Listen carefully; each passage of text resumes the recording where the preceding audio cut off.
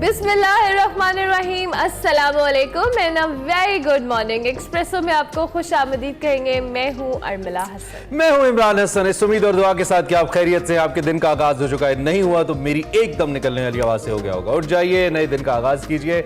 हर नया दिन एक रहमत की सूरत में आपके पास आता है और इस बात की नवीद लेकर आता है कि you still have a chance to make yourself better. अपनी जिंदगी में बेहतरी लाने के लिए आज का दिन एक और अल्लाह ने आपको दिया। अगर कल कोई गलती कोताही कर बैठे ना, आज उसको ठीक कीजिए। नए दिन का आगाज, अच्छा, रिग्रेट्स के साथ नया दिन ना शुरू कीजिए। यानी कि कल आपको पता, हाँ वैसे तो होता ही है, इन जनरल होते हैं कि कल अगर आपने कल का दिन प्रोडक्टिव किया होता है इसका इस्तेमाल, तो फिर ये हो जाता है। हम इस चक्कर में पूरी जिंदगी गुजार बैठे कि काश कल ये कर लिया होता। जो कल चला गया वो तो चला गया जी। आज का दिन आपका एक नया दिन है, इसको नई एनर्जी के साथ गुजारिए, पॉजिटिव होप्स के साथ गुजारिए और हरकत कीजिए। हरकत में बरकत है, बेड पे बैठ के नहीं होती तरक्की। आप किसको कह रहे हैं? सबको। अच्छा, मुझे लगा कि स्पेसिफिक किसी को अच्छी हरकतें कीजिए, चले अच्छी हरकतें करें। आप उठे, ताजा दम हो, अपने काम पे जाए। आज वैसे कंपैरेटिवली रोड्स पे कम रश था, क्यों?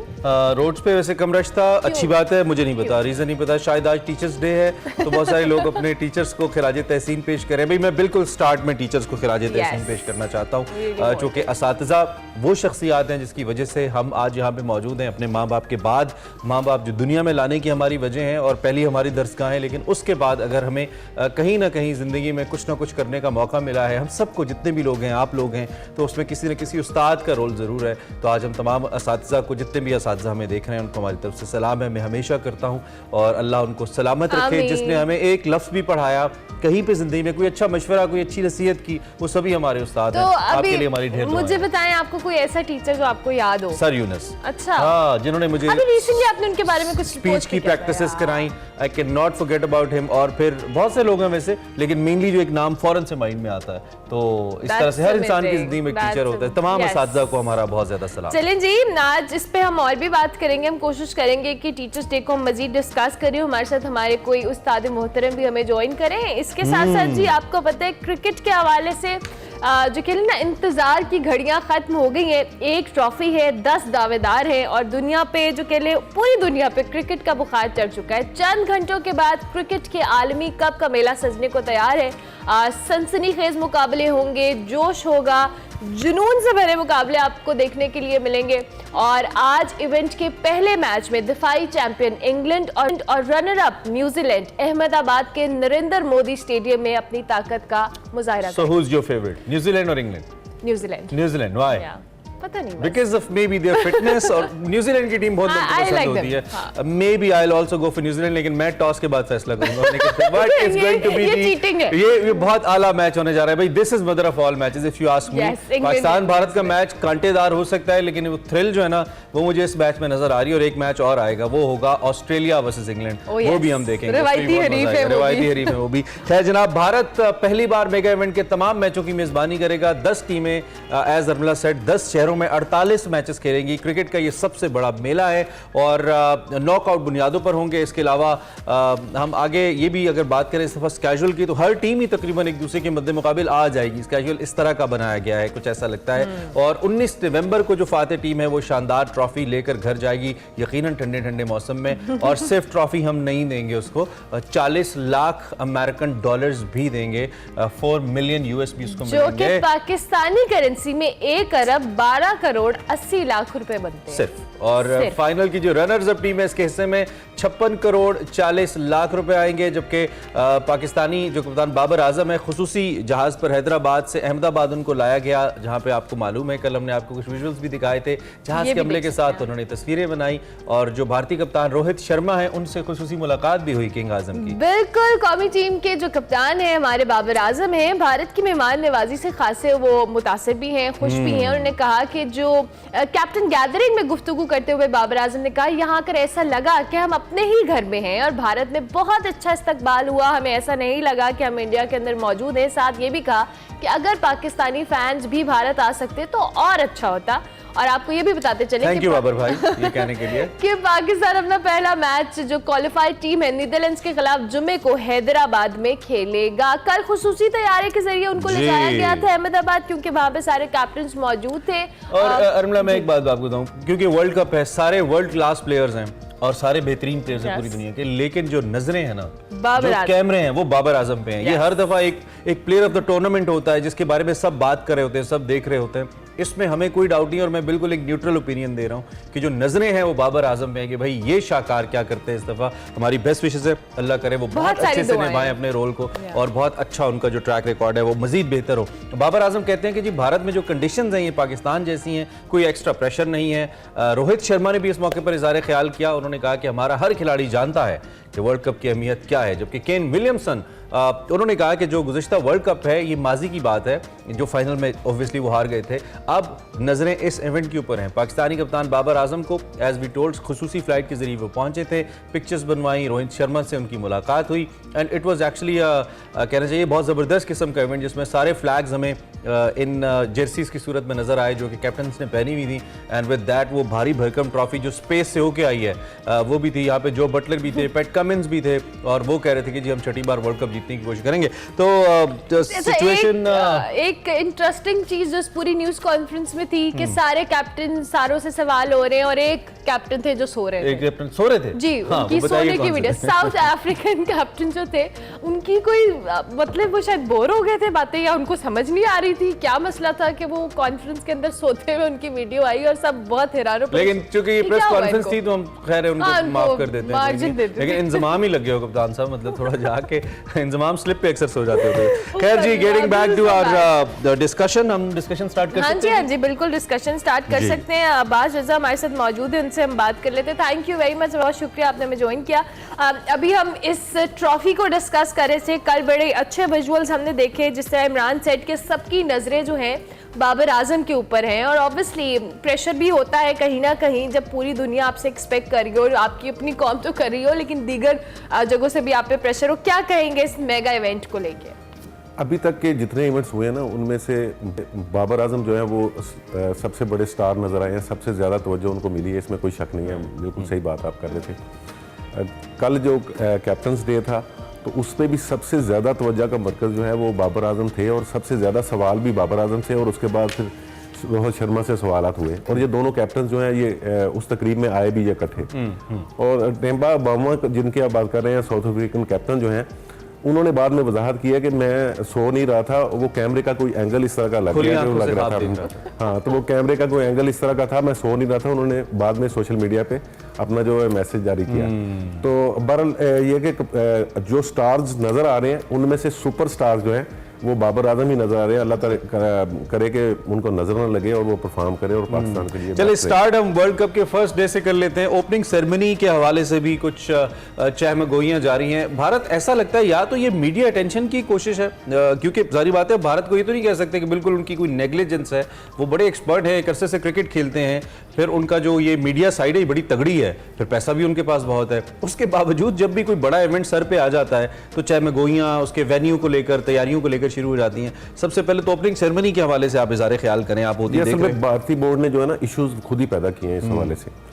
वो इसलिए कि आमतौर पे जितने भी मेगा इवेंट्स हुए हैं मोस्टली एक साल पहले तक जो है वो शेड्यूल का ऐलान हो जाता है, और इसका शेड्यूल का ऐलान लटकते लटकते वो टैक्सेस में छूट का कोई मसला था, इनका बोर्ड का चल रहा था आईसीसी के साथ। अच्छा। और आईसीसी चाहती थी कि जो जिस तरह पूरी दुनिया में होता है कि टैक्स की एग्जेम्पशन दी जाए, लेकिन भारतीय हुकूमत ने वो जो 36% टैक्स था वो माफ़ नहीं किया। ओके। पहले तो उस इशू की वजह से काफ़ी वो शेड्यूल के मसले पैदा हुए, फिर जब शेड्यूल का ऐलान हो गया तो फिर वो इंतज़ामी मसाइल थे कुछ, उसकी वजह से डिले हुआ, कोई त्यौहार उनके पड़ गए, उसकी वजह से शेड्यूल जो है वो फिर रीशेड्यूल भी बल्कि करना पड़ा उनको। तो इस तरह के जब मसाइल हुए हैं तो उससे फिर थोड़ा सा पैनिक ये जो क्रिएट हुआ, उसकी वजह से बाद इंतजामी जो है वो बड़ी है। तो ये इब्तदाई तकरीब भी हम ऐसी एक्सपेक्ट करें जैसा वर्ल्ड कप का दिल जश्न जश्न बोले गाना है वैसी ही होगा, मतलब जिसका क्रिकेट से कोई ताल्लुक नहीं। इसमें भी बड़ा 2-3 दिन में अजीब सी डेवलपमेंट्स हुई हैं कि पहले उन्होंने कहा जी कि बड़ी जबरदस्त रेल आ रही है, ट्रेन आ रही है और उसमें रणवीर सिंह खड़े हैं। अब हो सकता है कोई और एक्टर ले आए। तो इसी तरह की एक ना बहुत बड़ी तकरीब का बताया गया, उसमें जो मेन सिंगर्स थे उनका बताया गया कि ये परफॉर्म करेंगे और स्टार्स होंगे, रणवीर भी होंगे। तो रणवीर का नाम सुनकर मैं अब उम्मीद कर सकता हूँ कि उसके ऐप से तोता वो कबूतर निकल आएगा। तो रणवीर का जब नाम मैंने वो तकरीब में सुना तो मैंने कहा यार वो तो वही फ्लेवर होगा फिर वो जो गाने वाला है। तो लेकिन बाद में वो प्रोग्राम कैंसिल हुआ। उसके बाद उन्होंने कहा जी बुध को कैप्टन्स डे के बाद छोटी सी तकरीब करेंगे और लेजर लाइट शो होगा, लेकिन कल वो भी नहीं हुआ। और आज वो कह रहे हैं जी सिर्फ तेंदुलकर जो है वो ट्रॉफी लेके आएंगे और and I am really very surprised कि इतना बड़ा इवेंट है और इतनी मतलब ये वर्ल्ड कप है, कोई मजाक नहीं, आईपीएल नहीं हो रही है, ये वर्ल्ड कप है और इसके अंदर अगर आप इवेंट की सेरेमनी एंड मोमेंट्स पे आप इतने चेंजेस करें स्केड्यूल के अंदर तो आइंदा आने वाले मैचेस में कोई पता नहीं इनका दिल किया तो उनका वेन्यू बदल देंगे जी, कल का मैच यहाँ नहीं होगा कहीं और ब्लैक में जिसके टिकट्स 4-4 लाख रुपए के बिक रहे हैं। ये बड़ी इंटरेस्टिंग बात है कि पाकिस्तान जो इंतजामी सलाहियतें हैं वो पाकिस्तान से सीखी हैं इंडिया ने। और ये बहुत कम लोगों को मालूम है कि एहसान मानी ने जब ये मुश्तरका मेजबान बने थे पाकिस्तान, श्रीलंका और इंडिया जी, तो एहसान 1996 में जी एहसान मानी जो थे उन्होंने वो क्योंकि आईसीसी में काम कर चुके थे, वो फाइनेंशियल एडवाइजर भी थे रहे उनके, फिर फाइनेंस के सारे मामला तो उनके देखते थे, तो वो समझते थे किस तरह से स्पॉन्सर्स लेने हैं, किस तरह से इंतजाम करने हैं। तो वो उन्होंने बड़े ज़बरदस्त किए मुश्तरका वो जो इवेंट हुआ, तो उससे सीखा इंडिया ने काफ़ी। इंडियन मुंतज़मीन जो है वो अभी तक उसकी बात भी करते हैं। अच्छा। लेकिन मसला ये है कि अब इस बार ये सारे का सारा इवेंट जो है वो इंडिया में हो रहा है। ओके। और वो उन पे आईपीएल करवाना कुछ और तरह की बात है, लेकिन इतने मुख्तलिफ टीमों की को होस्ट करना, जी। आईपीएल में ये होता है कि फ्रेंचाइजीज जो है वो अपना बोझ खुद उठाती हैं और वो अपने अपने स्क्वाड्स की जिम्मेदार होती हैं। ये तो सारी जिम्मेदारी इंडिया ये तो सारी इनकी है ना, लॉजिस्टिक्स है, स्पोर्ट है, दूसरी ये देखें कल स्पेशल सिक्योरिटी इज्जत की बात भी है, इज्जत की बात भी है, लेकिन ये कि उन्हें इंतजाम करना पड़ा बाबर आजम को ले जाने के लिए चार्टर तैयारी का। लेकिन आई बिलीव कि जी उन्होंने G20 करवा ली अपने मुल्क में तो दे कैन डू इट।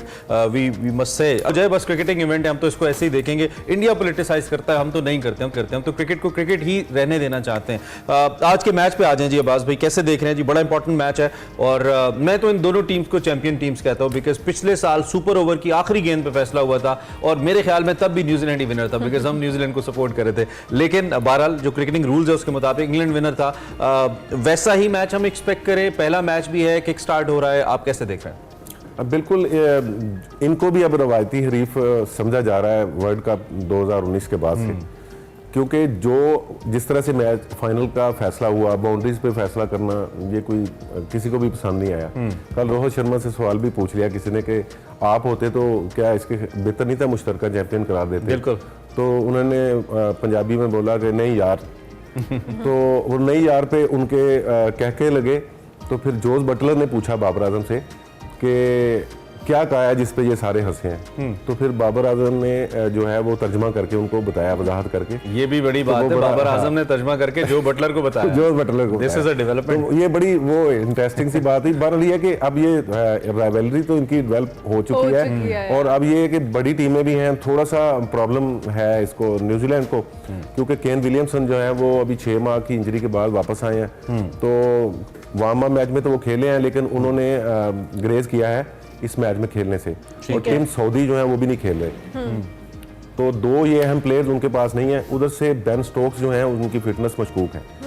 तो ओवरऑल मैंने थोड़ा सा ये देखा था इनका कि ये मुझे लग रहा है कि ये ऑलराउंडर्स का मुकाबला है। ओके। क्योंकि दोनों टीमों में ये देखें, जो न्यूजीलैंड में है मार्क चैपमैन है, डैरल मिचेल है, उसके बाद जिमी नेशम है, राचन रविंद्रा, वाओ, ठीक है, तो मिचेल सेंटर है, वो भी बड़ा जबरदस्त परफॉर्मर बैटर बेहतरीन टीम है जी। और इधर से मोइन अली जो है उन्होंने अभी वार्म मैचेस में भी और एशियन कंडीशन में वो स्पेशलिस्ट हैं, बॉलिंग में भी और बैटिंग में भी। तो इस तरह के बैट्समैन उनके पास हैं। फिर साम करन है, लियाम लिविंगस्टन है। अब ये टाई है लियाम लिविंगस्टन की और मोइन अली की, दोनों एक ही लेवल के प्लेयर हैं, तो इनमें से किसको खिलाएं? उसके बाद और दोनों मैच तब्दील करने की सलाहियत रखते हैं। बिल्कुल। और डेविड विली और क्रिस वर्क्स जो है वो भी बैटिंग और बॉलिंग दोनों में परफॉर्म करते हैं। डेविड विली की बॉलिंग फॉर्म बहुत अच्छी है। फिर ऊपर से इंग्लैंड के पास जोस बटलर है जी, और वो वन साइडेड मैच जितवा सकते हैं। बिल्कुल ऐसी है। ठीक है। डेविड मालान है, वो भी उसी कैलिबर के प्लेयर कोई है। फर्क नहीं है, दोनों टीमें बड़े लेवल की हैं। और अभी थोड़े से कांटेदार फिटनेस मुकाबला मिसाइल के होगा। बावजूद बैकअप में भी उनके पास इतने अच्छे अच्छे प्लेयर्स मौजूद हैं कि जो अच्छा, भरपूर अभी फाइट कर सकते कल हैं। बाबर आजम ने भी कहा और इससे पहले हम भी और बहुत सारे जो एक्सपर्ट्स हैं वो भी इस हवाले से बात करते रहे हैं कि जो फैंस को वीज़ा ना मिलना है एक बहुत बड़ा इशू है, क्योंकि ऑब्वियसली इंडिया के अंदर भी पाकिस्तानी सपोर्टर्स ज़ाहिर मौजूद हैं, पाकिस्तान से भी बहुत सारे लोग जाना चाहते थे जिनको वीज़ाज नहीं इशू किए गए। और कल बाबर आजम ने भी कहा कि अगर पाकिस्तानी फैंस आते तो और ज़्यादा अच्छा होता। दो की अच्छी बात है कि उन्होंने रजिस्टर करवाया। यहाँ पे भी कुछ मसला तो रहा ना वीज़ाज को लेकर? जी बहुत ज़्यादा मसला रहा है, बल्कि अभी भी है। अच्छा, तो सीवी तो मुतासरीन से शामिल है क्या? यही बात करने लगा था कि आईसीसी को खत लिखा था पीसीबी ने कि शायकीन के वीज़ों के सिलसिले में आपने कहा था कि चलें कुछ देंगे, लेकिन जितने हज़ार भी आप देना चाहते हैं तो दें, क्योंकि लोग ऑलरेडी टिकट लाखों करोड़ों रुपए के परचेज कर चुके हैं। Oh my God. Online ticket लोगों ने अपने कार्ड्स पे परचेज किए हैं, और कुछ ऐसे लोग जिनके कार्ड्स वैलिड नहीं थे इंडिया में, उन्होंने दुबई से और अमेरिका से और बरतानिया से परचेज करवाए हैं। My God. तो इस तरह से लोगों ने, मतलब इतना जोश था लोगों में कि उन्होंने महंगे तरीन टिकट भी खरीदे। अब वो लोग जो बार बार फोन करके हमें रिपोर्टर्स को भी पूछते हैं वो कि यार क्या बनेगा हमारा, और हम उनको क्या इसलिए कुछ नहीं बता सकते कि हमें तो खुद पता नहीं हमारा क्या बनेगा क्योंकि मैंने वीज़ा एप्लीकेशन फिल करवाने के लिए मैंने टूल इस्तेमाल किया दुबई का, क्योंकि यहाँ पे प्रॉक्सी थी तो वो नहीं लग रहा था, तो वो मैंने किसी दोस्त से रिक्वेस्ट करके फॉर्म फिल करवा के रखा। जब लेके वो जेरी वालों के पास गए हैं, जो मुतलका जो भी फ्रेंचाइजी उन्होंने नॉमिनेट की हुई हैं उनके पास गए हैं, तो उन्होंने कहा जी कि हमें कोई वीज़ा पॉलिसी अभी तक नहीं आई है, एनओसी आपकी तरफ से नहीं मौसूल हुए हैं। डोंट यू थिंक आईसीसी को इस पे कोई एक्शन लेना चाहिए? और दुनिया क्रिकेट के ऊपर शायद इतने बड़ा, मतलब सबसे बड़ा इवेंट है ना, मदर ऑफ ऑल इवेंट्स, तो बहुत बुरा एक इंप्रेशन गया है भारत की तरफ से कि आपने फैंस को, प्रेस को अलाउ नहीं किया कि वो वहां पे जाके कवर करता, तो बड़ा कोई बुरा इंप्रेशन गया है दुनिया भर के अंदर। आईसीसी को खत लिखा है, लेकिन अभी तक उसका कोई जवाब जो है पॉजिटिव या नेगेटिव कुछ भी मौसूल नहीं हुआ। अभी तक सब लोग वेटिंग पे हैं, और अभी तो इस तरह की सूरत हाल पैदा हुई है कि सारे मैचेस शुरू हो चुके हैं। अगर कोई किसी ने अर्ली ऑन प्लान किया होता कि मैं तब जाऊंगा, मेरा यहाँ से यहाँ तक का स्पैन है, मैं इतने मैचेस कवर करूंगा, एटलीस्ट पाकिस्तान इंडिया का मैच लाजमी कवर करूंगा, तो जब लोगों ने अपने प्लान बनाए हुए थे वो सारे प्लान उनके डिस्टर्ब हैं, मुझ समेत। ठीक, तो उसकी वजह से ज़ाहिर है अब कुछ लोग ये भी सोच रहे हैं कि इस सूरत हाल में तो जाना बनता नहीं है अभी वीज़ों के। सर टिकट्स का भी तो कल विराट कोहली भी तो परेशान थे ना कि लोग मुझसे टिकट्स मांग रहे हैं, तो टिकट्स का मसला हो सकता है। कहा कि अगर विराट रिप्लाई ना करे तो मुझे मैसेज नहीं करना। मुझे वो उधर परेशानियां चल रही हैं। खैर, thank you very much Abbas भाई, बहुत शुक्रिया, आप अलसुब आए और हमने क्रिकेट के ऊपर बात की। We always love talking about cricket because we do bleed green जी, और खासतौर पे जब भी वर्ल्ड कप जैसा बड़ा होता है तो हमारे जो जज्बे हैं वो आसमानों पे पहुंच जाते हैं। वो लोग भी क्रिकेट की तरफ आ जाते हैं जो किसी एक मैच की वजह से छोड़ के चले गए थे, क्या आज ये बात हमने देखना ही नहीं है, तो दे गेट बैक। हमारी बेस्ट विशेस तमाम टीम्स के साथ हैं, बिलखुसूस पाकिस्तान के साथ हैं कि अल्लाह करे हम कुछ बहुत अच्छा करके आए। इससे पहले कि हम ब्रेक पे जाएं, we have a story to share with you. बिल्कुल, पाकिस्तानी क्रिकेट टीम के जो फास्ट बॉलर हैं नसीम शाह, हमने आपको बताया था कि उनके कंधे की सर्जरी हुई थी। इसके बाद कल उनकी एक वीडियो आई जिसमें वो अपनी वालिदा को याद करते हुए आप दीदा हो गए, और नसीम शाह ने गनूदगी की हालत में कहा कि वालिदा की बहुत याद आ रही है। साथ ही वो पूछते रहे मेरी वालिदा मुझ पर फ़ख्र करती होंगी। फास्ट बॉलर की जी हॉस्पिटल के बेड से सामने आने वाली जो वीडियो, इसमें सुना जा सकता है कि नसीम शाह कह रहे हैं कि मेरी वालिदा दुनिया की बेहतरीन माँ है। और इसके साथ ज़राए के मुताबिक जी इंग्लैंड में नसीम शाह के कंधे की जो सर्जरी कर दी गई है, और नसीम शाह सर्जरी के बाद 4 से 6 हफ्ते आराम करेंगे और रिहैब मुकम्मल करने के बाद दोबारा से। What a bad luck for an athlete. I mean इतने बड़े इवेंट से पहले, और ये जो स्पोर्ट्समैन होते हैं उनकी ज़िंदगी में ये चलता रहता है, लेकिन मुझे नसीम के हवाले से अफसोस ही हमला, एक फास्ट बॉलर की जो लाइफ होती है वो बहुत ज़्यादा नहीं होती, जो प्लेइंग लाइफ होती है। तो फिर अल्लाह करे इनको दोबारा मौका मिले। हमारे बहुत स्टार बॉलर हैं, पाकिस्तान के लिए परफॉर्म किया उन्होंने, और बड़ी इनकी बहुत अच्छे तरीके से आगे बढ़ रहे हैं अपने करियर को लेकर, लेकिन इस वर्ल्ड कप में वो शामिल नहीं हो सके। और आपको एक और बात बताऊं, आप अगर नसीम शाह के इंस्टाग्राम पे देखें, बहुत ज़्यादा फ़ैन फॉलोइंग इंडियन गर्ल्स की है जो कि नसीम शाह को फॉलो करती हैं, सबसे ज़्यादा कमेंट वहाँ से आते हैं इनको, तो और बॉलीवुड में भी बड़े मकबूल हैं, आपको ये भी बताएं। खैर, तो नसीम शाह नहीं जा सके, लेकिन कल हमें इनके वीडियो को देख के अफसोस भी हुआ। इनकी वालिदा का इंतकाल हो गया था जी, और ये उस वक्त भी क्रिकेट में बिजी थे आई बिलीव, और ये जा नहीं सके थे। बाद में इन्होंने अटेंड की थी, जो किया था जो वालदा के इंतकाल के बाद। सो हमारी बेस्ट विशेज़ आपके साथ हैं Naseem. You're a star, you're a champion. और चैम्पियन जो है ना वो कभी घबराता नहीं है, परेशान नहीं होता, लेकिन जज्बात अपनी जगह बहरहाल वो आड़े आ जाते हैं। तो do we have the sound? हम अगर सुनवा पाए नसीम शाह की? नहीं, अभी नहीं है हमारे पास साउंड, बट यस जो उन्होंने कहा वो हमने अपने देखने वालों को बताया भी। और ऑब्वियसली इस मोमेंट के ऊपर जब आप बीमार होते हैं, इतना बड़ा इवेंट है एज यू सेड के वो आप मिस कर दें किसी ना किसी तौर पे। और वैसे भी कुछ इमोशंस ऐसे होते हैं जिन पे आपका कंट्रोल नहीं होता, और parents are one of them. और जब आपकी स्पेशली मदर के हवाले से बात हो तो आप ज़्यादा इमोशनल हो जाते हैं। और जब आप कुछ अचीव करते हैं तो the first person comes in your mind जो कि आपकी इस खुशी को देखे वो आपके वालिदैन होते हैं, आपकी वालिदा, आपके वालिद, कि काश आज वो इसको देख पाते। तो अगर आपके वालिदैन हयात हैं, आपकी कामयाबी को देख रहे हैं, तो आप बहुत लकी हैं, खुशकिस्मत हैं आप। अच्छा, हमारे पास ऑडियो है, बिल्कुल हम सुनाते हैं। नसीम शाह ने क्या कहा आप भी सुनिए। Lord, she's watching you from the skies. She's watching you, Naseem. She's praying for you. अम्मी देख रही हैं आपको, उनको पता है आप किस हालत में और अपनी दुआ कर रही हैं। I will make her proud, Lord. इंशाल्लाह आपने उनको पहले बहुत प्राउड किया है और इंशाल्लाह आगे भी करेंगे इंशाल्लाह। मेरे अल्लाह ने चाहा। Missing her, Lord. Of course, भाई, of course. This is nothing. This is Stay strong. my mom is. May you get well really soon Naseem Shah. All the best। और दोबारा से आइए और छा जाइए इंशाल्लाह। हम आपका इंतजार कर रहे हैं। हम एक ब्रेक लेते हैं जी। आपको क्रिकेट ने बहुत कुछ बताया, ब्रेक के बाद आते हैं और शो कंटिन्यू करते हैं।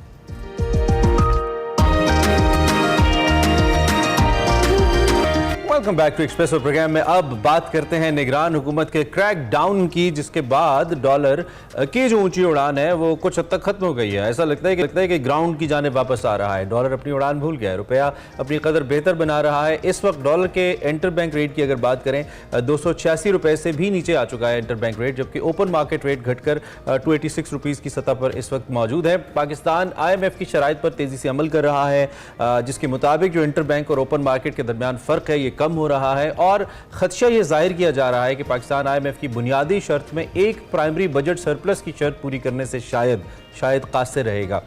जुलाई में पाकिस्तान और IMF के दरमियान 9 माह पर मबनी, आपको याद है एक कॉन्ट्रैक्ट हुआ था, 3 अरब डॉलर का ये मुआहिदा था जो तय पाया था। इसकी पहली किस्त पाकिस्तान को मौसूल हो गई थी और अब IMF का जो जायज़ा मिशन है वो रवां माह के तीसरे हफ्ते पाकिस्तान का दौरा करेगा जो मुतवक्के है। और इसमें जुलाई से सितंबर तक पाकिस्तान की जो मईशत इसका जायज़ा लिया जाएगा और इक़्तिसादी जायज़े की कामयाबी पर 70 करोड़ डॉलर की जो अगली किस्त है वो हमें मिलेगी। लेकिन देखते हैं कि किस हद तक ये मामला कामयाबी की जाने बिल्कुल। पाकिस्तान ने IMF की शराइत पर कितना अमल किया है। नवंबर में IMF से ग्रीन सिग्नल मिलना मुश्किल तो नहीं होगा, क्योंकि पाकिस्तान ने मुश्किल फैसले तो बहरहाल बहुत सारे किए हैं और हुकूमत कर भी रही है। क्या IMF हुकूमती इक़दाम से मुतमईन हो पाएगा? दूसरी जानिब आलमी बैंक ने पाकिस्तान रेवेन्यूज़ प्रोग्राम के तहत FPR को जो जायदाद की खरीदो फरोख्त है उस पर टैक्स के लिए नया जो कह ले एक क्या वैल्यूएशन टेबल जो है उसको मुतारिफ करवाया है। और टैक्स दहिंदगान की जो तादाद है उसको बढ़ाने का, ऑडिट का मयार बेहतर बनाने और रियल टाइम जो डेटा शेयरिंग है उसके लिए point of sale monitoring system मुतारिफ करवाने समेत दीगर अहम मुतालबात भी कर दिए हैं। ज़राए ने यह भी कहा है कि जी आलमी बैंक का पाकिस्तान रेवेन्यू जो रिजर्व प्रोग्राम है उसमें दिसंबर 2024 में मुकम्मल होने जा रहा है। बिल्कुल, ये जो रेवेन्यू रेजिस प्रोग्राम है इसको लेकर पाकिस्तान ने अपने कुछ ऐसे इक़दाम करने हैं जिससे रेवेन्यूज़ के अंदर बेहतरी आए। इसी के तहत अगली किस्त पाकिस्तान को मिलेगी। जो आलमी बैंक का जायज़ा मिशन है उसने फेडरल बोर्ड ऑफ रेवेन्यू हुकाम से मुतालबा किया है कि टैक्स नेट का दायरा कार बढ़ाया जाए, लोगों को टैक्स नेट में लाया जाए ज़्यादा से ज़्यादा, और जो इकॉनमी है उसे डॉक्यूमेंटेड किया जाए। इसके अलावा जो रियल स्टेट सेक्टर है, हम इफ़ यू रिमेंबर 2 दिन पहले डॉक्टर खाकान के साथ यही डिस्कस कर रहे थे कि 3 सेक्टर्स हैं जिनको हमने बहरहाल टैक्स नेट के अंदर न सिर्फ लाना है बल्कि उनको डॉक्यूमेंट भी करना है, including real estate, including agriculture, including जो हमारा रिटेल सेक्टर है, करियाना वगैरह का जो सेक्टर है, वो लोग भी बहुत कम टैक्स देते हैं, तो इनको भी लेके आना, इसमें शामिल करना बहुत ज़रूरी है। FPR कह रहा है जी कि हम डायरेक्ट इस हवाले से एक टेबल मुतारिफ कराएंगे। एक रिपोर्ट ये कहती है कि पाकिस्तान आलमी बैंक से कर्ज लेने वाला सबसे बड़ा मुल्क बन गया है। This is so unfortunate. मुझे ऐसी खबरें जब भी पढ़ता हूँ दिल बैठ सा जाता है कि हम इस मुल्क को कहाँ पे ले आए हैं, चूँकि रिसोर्सेज हमारे पास नहीं है to recover from this situation. इसी पे हमने बात करनी है। हमारे साथ डॉक्टर अयूब मेहर मौजूद हैं, इकोनॉमी को बहुत अच्छा समझते हैं, उनसे ज़रा एक्सपर्ट ओपिनियन अरमला इस हवाले से। Thank you very much doctor साहब, बहुत शुक्रिया आपने हमें ज्वाइन किया। सबसे पहले तो ये हम निगरान हुकूमत का जो क्रैकडाउन है इसके हवाले से बात कर रहे थे और इसके समरात आना शुरू हुए हैं। जो रुपया है उसकी कदर में बहाली भी हमें नजर आ रही है और साथ साथ डॉलर भी कुछ बैलेंस होता नजर आ रहा है। आपको लगता है इस क्रैकडाउन के जो लॉन्ग टर्म इम्पैक्ट है वो आएगा? नहीं, लेकिन लॉन्ग टर्म इम्पैक्ट तो नहीं हम कह सकते। इससे एक शॉर्ट टर्म इम्पैक्ट जरूर आता है, क्योंकि ये एक जिस चीज को कवर करता है ये क्रैकडाउन, ये एडमिनिस्ट्रेटिव मेजर से बेसिकली इसमें जिन लोगों ने डॉलर्स को स्टोर किया हुआ था, जिन्होंने इसका जखीरा किया हुआ था, जिसकी वजह से मार्केट में जो डॉलर की डिमांड एंड सप्लाई है वो इफेक्ट हो रही थी और उसकी डॉलर की वैल्यू बढ़ रही थी इन टर्म ऑफ पाकिस्तानी रुपी, वो शॉर्ट टर्म में इमीडिएटली उस पर फर्क पड़ा है, हमने देखा है, वो ऑब्जर्व किया है। लेकिन इसमें देखिए दो इसके बहुत इम्पोर्टेंट एस्पेक्ट हैं। पहली चीज ये है कि लोगों ने जो स्टोर किया हुआ था, जो लोगों ने रखा था, बेसिकली उसको रिकवर तो कर लेंगे इन एडमिनिस्ट्रेटिव मेजर से किसी हद तक, लेकिन उसकी असल में उसके रीजंस को हमें आइडेंटिफाई करना होगा। ठीक है, कि उन्होंने स्टोर क्यों किया हुआ था। क्या खदशात थे उनको कि पाकिस्तानी रुपी पे उनको एतबार नहीं रहा था? क्या बैंकिंग सिस्टम हमारा कमजोर हो गया है? क्या ऐसा था कि लोग सेविंग के लिए डॉलर्स अपने घरों में रख रहे थे और उनको खतरा था, रिस्क था कि वो बिजनेस में नहीं लगा पा रहे हैं? मेरे ख्याल में तो ये तीनों ही फैक्टर थे डॉक्टर साहब। तीनों फैक्टर्स हैं, ये शॉर्ट टर्म फैक्टर हैं, वो उन फैक्टर्स को एड्रेस करना होगा। बाकी लॉन्ग टर्म मैं इमरान साहब आपसे पहले भी बहुत दफा डिस्कस कर चुके हैं कि लॉन्ग टर्म में हमें अपने इकोनॉमिक जो फंडामेंटल है, एक्सपोर्ट को बढ़ाना, एफडीआई को लाना, लॉन्ग टर्म में तो स्टेबिलिटी को वो उस तरफ हमें जाना ही होगा। शॉर्ट टर्म में जरूर फर्क पड़ा है, लेकिन शॉर्ट टर्म के फर्क का एक नेगेटिव एस्पेक्ट ये होता है कि जो सडनली अप एंड डाउन होता है ना, चाहे वो करेंसी की वैल्यू हो या शेयर की प्राइस हो या कमोडिटीज की प्राइस हो इवन या रियल एस्टेट की प्राइस, ये जो short term up and down होता है इसको हम कहते हैं ये जीरो सम गेम होता है। जीरो सम गेम का मतलब इससे इकोनॉमी को बेनिफिट नहीं होता, इसमें कुछ कीमत बढ़ रही हो या कम हो रही है। क्रिटिकल क्वेश्चन है डॉक्टर साहब, ये जो शॉर्ट टर्म मेजर्स भी हैं, कुछ ना कुछ इससे हमारे रुपए को ऑक्सीजन मिली है और खास तौर पे ये जो इंटर बैंक का और रेगुलर मार्केट का रेट है इसके अंदर फर्क कम हुआ है, जिससे आई बिलीव जो लीगल चैनल्स हैं उसके जरिए अगर पैसा ज्यादा आना शुरू होगा तो उससे हमारे जो रिमिटेंसेस के नंबर्स हैं वो बेहतर हो जाएंगे। उम्मीद की जा सकती है कि उसमें कुछ ना कुछ फर्क जरूर पड़ेगा। लेकिन ये जितने भी इनिशियली स्टेप्स लिए गए हैं इसके पीछे बहुत बड़ा किरदार हमारी मिलिट्री लीडरशिप का है। वी मस्ट से दैट जिस तरह के इकदाम उन्होंने किए हैं इसको रेगुलराइज करने के लिए, दर हकीकत तो ये जो इकदाम हैं ये लॉन्ग टर्म चाहिए होते हैं और जो हुकूमतें होती हैं उनकी तरफ से होते हैं तो ज्यादा रिलायबिलिटी फैक्टर उसके अंदर ज्यादा होता है और जो इन्वेस्टर होता है वो उसको रीड कर रहा होता है। आपके ख्याल में ये इस शॉर्ट टर्म ये जो बेनिफिट्स हो रहे हैं इकोनॉमी को, ये लॉन्ग टर्म चल पाएंगे इसी तर्ज के ऊपर या कहीं पे वो शिफ्ट करना होगा जिसकी वजह से एतमाद भी आएगा, अदरवाइज शायद एतमाद ना आ पाए और ये शॉर्ट टर्म ही रह जाए और दोबारा से जैसे पहले भी हुआ था कि डॉलर नीचे आया था और फिर ऊपर चला गया था? देखिए वही मैं बिल्कुल कह रहा हूँ कि इसमें ये एडमिनिस्ट्रेटिव मेजर्स दिए गए हैं, पॉलिसी मेजर नहीं है। इकोनॉमिक पॉलिसी से कंट्रोल होके डॉलर की वैल्यू इकोनॉमिक पॉलिसी से नीचे नहीं आई। आपने खुद इंडिकेट किया है कि इसमें हमारे मिलिट्री लीडरशिप ने रोल प्ले किया है, वो यकीनन वो एडमिनिस्ट्रेटिव मेजर ही तो है। डॉलर की स्मगलिंग रोक दी है, अगर अफगान बॉर्डर से स्मगलिंग हो रही थी, कहीं स्टोर किए हुए थे, जखीरा किए हुए थे, उसको बरामद कर लिए गए हैं। उससे डिमांड एंड सप्लाई में शॉर्ट टर्म में एक फर्क पड़ा है, लेकिन उसमें उस फर्क में ये होता है कि अगर डाउन होने लगे फिर अप होने लगे तो इससे जो जीरो सम गेम से मेरा मतलब था कि इसमें जो सट्टेबाज होते हैं, जो इकोनॉमी से खेल रहे होते हैं, उनके दरमियान एक गेम हो जाती है। उसमें जितना किसी शख्स को शॉर्ट टर्म में लॉस होता है उतने ही उसके एक बार किसी को प्रॉफिट हो रहा होता है, एक का प्रॉफिट दूसरे का नुकसान होता है, इकोनॉमी को बेनिफिट नहीं होता, स्पेकुलेशन एलिमेंट बढ़ जाता है। अच्छा, जहां हम इतनी नेगेटिव चीजों के बारे में ऑब्वियसली हैं वो एग्जिस्ट करती हैं तो हम बात करते हैं, वहीं पे मैं डॉक्टर उमर सैफ को ट्विटर पे फॉलो करता हूं जो हमारे आईटी मिनिस्टर हैं, वो कुछ अच्छी पॉजिटिव खबरें देते रहते हैं, जिसमें एक खबर उन्होंने दी कि हम एफबीआर को पूरा डिजिटलाइज कर रहे हैं। और एक अक्सर गिला, आपको याद होगा हमने टैक्सेस पे बड़े शोज किए हैं डॉक्टर साहब, हम अक्सर ये बात करते थे कि जब टैक्स की हम जैसे बंदे को उस फॉर्म की समझ नहीं आती, एप्लीकेशन की समझ नहीं आती, तो आम आदमी क्या समझेगा, तो वो कह रही है कि हम डिजिटल पाकिस्तान की जाने बढ़ रहे हैं। हैं। Doctor Umar can do it because उनका ट्रैक रिकॉर्ड बड़ा अच्छा है इस हवाले से। आप इस डेवलपमेंट को कैसे देखते हैं? ये डिजिटलाइजेशन की जानिब हमारा सफर कितना इंपॉर्टेंट है पाकिस्तान की तरक्की के लिए? पॉजिटिव डेवलपमेंट है इसमें, लेकिन मेरा जो एक्सपीरियंस है 10 साल से कोशिश हो रही थी, लेकिन अनफॉर्चुनेटली कुछ ना कुछ फैक्टर्स हैं, कुछ लोग हैं या कुछ लोगों के वेस्टेड इंटरेस्ट हैं कि डिजिटलाइजेशन शुरू होती रही और होने के बाद किसी न किसी स्टेप पे आके वो रिवर्स कर जाती है या उसमें स्टक हो जाती है। वो डिजिटलाइजेशन से बहुत सिंपल हो जाता, सिंपल भी हो जाएगा, इफेक्टिव भी होगा, एफिशिएंसी भी आएगी। और दूसरा एक और चीज देखेंगे, डिजिटलाइजेशन का एक बहुत बड़ा बेनिफिट जो हम अक्सर बात करते थे, और अब आप वर्ल्ड बैंक ने भी कह दिया, IMF ने भी वो कह दिया, जो हम अक्सर बात करते थे कि डायरेक्ट टैक्सेस की तरफ हमें आना होगा इनडायरेक्ट टैक्सेस से। डिजिटलाइजेशन डायरेक्ट टैक्सेस की तरफ आने के लिए बहुत बड़ा रोल प्ले कर सकती है। ठीक ठीक हो गया कि उसमें रिकॉर्ड अवेलेबल होगा। अच्छा डॉक्टर साहब, अभी आपने IMF की बात की और अभी 3 अक्टूबर के तीसरे हफ्ते IMF का जो मिशन है उसने पाकिस्तान का दौरा मुतवक्के है। अभी हम बात भी कर रहे थे कि IMF की शराइत को लेके पाकिस्तान काफ़ी हद तक कोशिश कर रहा है कि उस पर अमल किया जाए ताकि आइंदा आने वाली जो किस्त है उसके जारी होने में कोई मुश्किलात ना सामना करना पड़े। आपको लगता है कि ये जो अभी मिशन आने वाला है पाकिस्तान और जो चैलेंजेस ऑलरेडी हैं हमने उनको ओवरकम करने की कोशिश की है और इसमें कोई हर्डल्स नहीं आएंगी फर्दर? देखिए, पाकिस्तान ने कोशिश की है, उनकी तमाम कंडीशन शराइत पूरी कर दी हैं, लेकिन एक चीज बिल्कुल वो एक अलार्मिंग सिचुएशन है, वो ये कि जब हम बात करते हैं कि IMF भी ये कहता रहा, वर्ल्ड बैंक भी यही कहता है, और ये एक बहुत कॉमन सेंस की बात है कि जो हमारा प्राइमरी बजट है, प्राइमरी डेफिसिट है, वो डेफिसिट नहीं होना चाहिए, प्राइमरी कम से कम सरप्लस होना चाहिए। इसको मैं थोड़ा सा एक्सप्लेन कर दूं कि हम जो अक्सर एक चीज मीडिया में भी सुनते हैं और अक्सर कहा जाता है कि पाकिस्तान की टैक्स कलेक्शन तो होती है, लेकिन हमारा 60-70% जो है वो कर्जों की वापसी और उनके इंटरेस्ट में चला जाता है। प्राइमरी डेफिसिट का मतलब है कि उसको फिलहाल इग्नोर कर दें। अगर उसको इग्नोर कर दें तो जो रेवेन्यू हम कलेक्ट करते हैं, अगर टैक्स को हटा करके जो बाकी खर्चे हैं वो उसमें से पूरे कर लें तो वो सरप्लस होना चाहिए। ओके। लेकिन अगर वो भी सरप्लस नहीं है तो इसका मतलब ये है कि हमें कर्जों की वापसी या कर्जों के इंटरेस्ट की तो बात ही नहीं है, वो तो हमें मजीद लेने पड़ जाएंगे क्योंकि हम प्राइमरी अपनी रिक्वायरमेंट मीट नहीं कर पाएंगे जी, तो भी हम अपने खर्चे पूरे नहीं कर पा रहे। ये अलार्मिंग सिचुएशन है और इसमें रेवेन्यू की शॉर्टफॉल की बात नहीं है, रेवेन्यू की कमी की नहीं।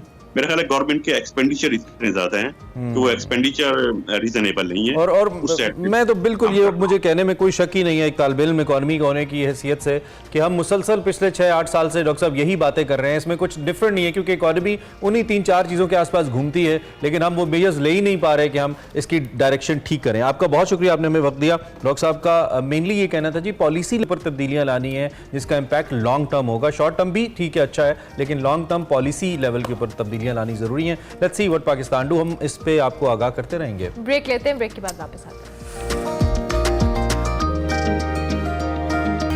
Welcome back to Expresso. Break के बाद वापस आ गए और प्रोग्राम के आगाज में हमने आपको वर्ल्ड टीचर डे के हवाले से बताया था। हमारे सेगमेंट तड़के तड़के भी इसी हवाले से है जिसमें स्टूडेंट और टीचर्स के दरमियान क्या इंटरेक्शन हुई, इसी हवाले से सिकंदर भट्ट हमें बता रहे हैं सेगमेंट तड़के तड़के में। अस्सलाम वालेकुम, एक्सप्रेसो तड़के के साथ मैं हूं सिकंदर भट्ट। आज दुनिया भर और पाकिस्तान में टीचर्स डे मनाया जा रहा है। आइए चलकर देखते हैं कि टीचर्स और स्टूडेंट्स आज के दिन के हवाले से क्या कहते हैं। मेरे साथ रहिए। टीचर्स डे हमेशा से सेलिब्रेट किया जाता है। जब हम स्टूडेंट्स थे तो हम अपने टीचर्स को फ्लावर्स देते थे, उनसे हम बातचीत करते थे, एक सेशन होता था। आप जब स्टूडेंट थी तो आप अपने टीचर्स को फूल विश किया करती थी। अब चूंकि आप खुद टीचर हैं तो आपके स्टूडेंट्स आपको किस तरह विश करते हैं? क्योंकि अब वक्त बदल गया है, असरे हाजिर में हम देखते हैं तो सोशल मीडिया का दौर है, तो स्टूडेंट्स हमें व्हाट्सएप मैसेज के थ्रू विश करते हैं और जाहिर है हर दौर की अपनी ज़रूरियात होती हैं, तो डिजिटल दौर जो है वो उनकी टीचर्स को टीचर्स डे विश करने की ज़रूरत को पूरा करता है थ्रू व्हाट्सएप मैसेजेस। और इस तरह स्टूडेंट्स जो हैं वो रिस्पेक्ट भी देते हैं, वो बहुत अच्छे फ्लावर्स जो हैं वो व्हाट्सएप मैसेजेस के थ्रू सेंड करते हैं। एक ज़माने में माँ बाप अपने बच्चों को, शरारती बच्चों को टीचर्स का नाम लेकर डराती थी। आजकल मुझे ये पता लगा कि टीचर्स अपने स्टूडेंट्स से डर रहे होते हैं। क्या ये बात हकीकत है कि ये खबर दुश्मनों ने फैलाई हुई है? किसी हद तक ये ठीक है, क्योंकि ओवरऑल हमारी सोसाइटी में एक चेंज प्रिवेल कर चुकी है। ओवरऑल सोसाइटी में टीचर्स का डर थोड़ा कम हो चुका है और टीचर्स भी कुछ कमर्शलाइज हो चुके हैं। वालिदैन बच्चे को आसमान से ज़मीन पर लेके आते हैं और उस्ताद जो है वो बच्चे को ज़मीन से दोबारा आसमान पर ले जाता है। तो इसी हवाले से इस डे को सेलिब्रेट करने के लिए अपने टीचर्स के लिए गिफ्ट वगैरह हम लेके आए हैं मुख्तलिफ टीचर्स स्टूडेंट्स। तो आपके कह रहे हैं कि हमें कोई व्हाट्सएप पे मैसेज करी जा रहे हैं, वो तो ज़रूरी है ना, क्योंकि आपको पता है फेसबुक पे हमारी पोस्ट को लाइक करी जा रहे हैं और व्हाट्सएप पे मैसेज आपको पता है आजकल सोशल मीडिया का दौर है, तो सोशल मीडिया भी बहुत ज़रूरी है। तो इसलिए हमने ये किया कि रात को उनको टीचर डे जो था वो सेलिब्रेट किया बाय व्हाट्सएप, और उसके बाद सुबह हम शॉप पर गए और उनको जो बुक पसंद थी वो बुक परचेज़ की और उसको पैक करवाया और उसके बाद उनको गिफ्ट की। वाह वाह वाह। वो फीमेल टीचर थी कि मेल टीचर? जी जी जी जी फीमेल टीचर थी। और मेल टीचर्स की? मेल टीचर से मेरी वैसे बनती नहीं ज़्यादा। टीचर्स डे के हवाले से हमारी टीचर्स से भी बात चल रही है और स्टूडेंट्स से भी बात हुई। एक स्टूडेंट मुझे और नज़र आ रही हैं, आइए इनसे बात करते हैं। अस्सलाम वालेकुम जी। वालेकुम सलाम। पहले तो मैं आपकी करेक्शन करती चल रहा हूँ कि मैं स्टूडेंट नहीं हूँ, मैं टीचर हूँ यहाँ पर। माय गॉड, वर्क का बर्डन है ना तो पता नहीं लगता। कैसी चल रही है टीचर्स डे की एक्टिविटी आज की? आज भी टीच करके ही चल रही है। तो आपके स्टूडेंट्स ने आपको विश किया? हाँ, स्टूडेंट्स ने विश किया, किसी ने मैसेज करके, किसी ने क्लास में, और इस तरह से विश करते हैं बच्चे। हम जब स्टूडेंट थे तो हम तो अपने टीचर्स के लिए, जो हमारे फीमेल टीचर्स के लिए खासकर, हम तो कोई दही बल्ले, फ्रूट चाट, आइसक्रीम है, तो पता नहीं क्या क्या हम उनके लिए लवाजमात घर से बनवा के लेके जाते थे। तो अब आपके स्टूडेंट अब व्हाट्सएपों पे और फेसबुकों पे ही मैसेज कर रहे हैं बस? जी बिल्कुल, आप सही कह रहे हैं। वो ज़माना और था, ये ज़माना और है। ऑब्वियसली वहाँ पे टेक्नोलॉजी इतनी एक्टिव नहीं थी, खाना पीना एक्टिव था। टीचर्स डे के हवाले से एज ए टीचर आप क्या पाकिस्तानी नेशन के स्टूडेंट्स को पैगाम देना चाहेंगी? स्टूडेंट्स को तो मैं ये कहूँगी, सबसे पहले तो you are in a generation जहाँ पर चैलेंजेस हैं, उम्मीदें बहुत ज़्यादा हैं, कम टाइम में बहुत ज़्यादा करके दिखाना है और जल्दी जल्दी कुछ बनाना है। इस रेस में बीइंग इंसानियत, खुद को मत भूलें। आप स्टूडेंट थे, उस ज़माने में टीचर्स डे किस तरह मनाया जाता था और अब आज आप टीचर हैं, क्या फ़र्क देखा आपने? जी, मैं ये समझता हूँ कि जब हमारा ज़माना था, जब हम शागिर्द थे, तो उस दौर में तो मीडिया, आपको पता है, कोई इतना ज़्यादा जो है वो डेवलप नहीं हुआ था, ना मीडिया ने इतनी तरक्की की थी। तो हम टीचर डे बनाने का सच्ची जो बात है वो कॉन्सेप्ट जो है वो मौजूद ही नहीं था। सर, फर्माबरदार स्टूडेंट्स तो हो गए टीचर्स के प्यारे, नोटी स्टूडेंट्स को आप कैसे टैकल करते हैं? जी, ये बड़ा अच्छा आपका सवाल है। नोटी स्टूडेंट को, नोटी का मतलब है जो शरारती हो। मैं जो एक तरीका इसके लिए इख्तियार करता हूँ वो ये है कि जो नोटोरियस, जैसे आपने कहा, शैतान बच्चे कुछ होते हैं, ज़ाहिर है, और मैं बच्चों को शैतानी करने से रोकता नहीं, क्योंकि मैं ये कहता हूँ आप शैतानी करें लेकिन एक हदूद के अंदर रह के करें, जिसमें क्लास का डेकोरम जो है, क्लास का डिसिप्लिन जो है वो बिल्कुल डिस्टर्ब ना हो। उनको शरारतें करेंगे क्योंकि वो हंसेंगे नहीं, खेलेंगे नहीं, तो मेरी उम्र में आके हंसना खेलना थोड़ी है उन्होंने। उस्ताद का गुस्ताख स्टूडेंट तरक्की करता है दुनिया में? जी, मैं समझता हूँ कि मैंने तो कोई ऐसा शायद ही देखा हो कि कोई गुस्ताख स्टूडेंट जो है वो तरक्की करता हो। सर, बहुत बहुत शुक्रिया आपके टाइम का। डॉक्टर आमिर बाजवा साहब की बातों का लुब्बे लुबाब ये है, बाअदब बामुराद। तड़के तड़के से मुझे दीजिए इजाज़त। Allah. Welcome back to Expresso. Programme के दूसरे हिस्से में आपको खुश आमदीद कहेंगे। सेगमेंट पर जाने से पहले हम किचन में जाएंगे और किचन में आपको पता है हमारे पास कौन होते हैं? आज अहमद है। हमारे पास मुख्तलिफ लोग होते हैं लेकिन आज Ahmed is back once again. So हमने कहा कि आज अहमद से मुलाकात आपकी कराते हैं। Ahmad, welcome to Expresso. क्या हाल है? हमें तो मालूम है क्या बन रहा है, लेकिन नाज़रीन को बताइए क्या बन रहा है। मुझे नहीं पता। आज बेसिकली नाश्ते का सामान बन रहा है। अच्छा। जिससे पीनट बटर और हम क्रीम चीज बनाने लगे हैं। जैसे कि आपको पता है कि कितनी महंगाई हो गई है और ये चीजें जो इम्पोर्टेड आती हैं सारी, बिल्कुल, तो हम इनको सस्ता घर में कैसे बना सकते हैं, सिंपली इज दैट, और हेल्दी वे, स्टेबलाइजर के बगैर, प्रिजर्वेटिव के बगैर और मल्सीफायर के बगैर हम घर में किस तरह बना सकते हैं। यानी कि सस्ता और सेहत बख्श कैसे बना सकते हैं। एग्जैक्टली। तो अगर मुख्तसर से हमें बता दीजिए इंग्रेडिएंट्स क्या इस्तेमाल करें आप? इंग्रेडिएंट्स मैं दूध और क्रीम का इस्तेमाल किया है। इसको मैंने कटल किया है। इसके बाद जो है मेरे पास पीनट्स हैं। ठीक है। हम इसको जो है थोड़ा सा भी इसके साथ काम करेंगे और अभी ठीक आपको है। दिखाएंगे कि बस end आप results अपना क्या। काम जारी रखें और हम ऑन एंड ऑफ आपके पास आके पूछते रहेंगे कि आप क्या बना रहे हैं। पीनट बटर बन रहा है, पीनट बटर बन रहा है और सस्ता बन रहा है। आप जो पैक्ड आपको मिलते हैं बहुत महंगे। Is absolutely right. इतनी कीमतें बढ़ गई हैं कि बस हमारी बस से ही और बाहर हो गई इम्पोर्टेड है। चीजें तो वैसे ही बाहर बहुत ही बाहर हो गई है भाई। अब तो लोकल चीजें ढूंढनी पड़ती हैं, यकीन मानिए। खैर जी, हम आगे बढ़ते हैं, आपको माइंड मैटर्स दिखाते हैं। आज फोटोग्राफर मेहदी साहब के साथ क्या बात हो रही है। वकार मलिक साहब मौजूद हैं, इससे पहले भी आप एपिसोड्स देख चुके हैं। गुफ्तगू अब कहाँ पे पहुंची है आज के माइंड मैटर्स में आपको दिखाते हैं।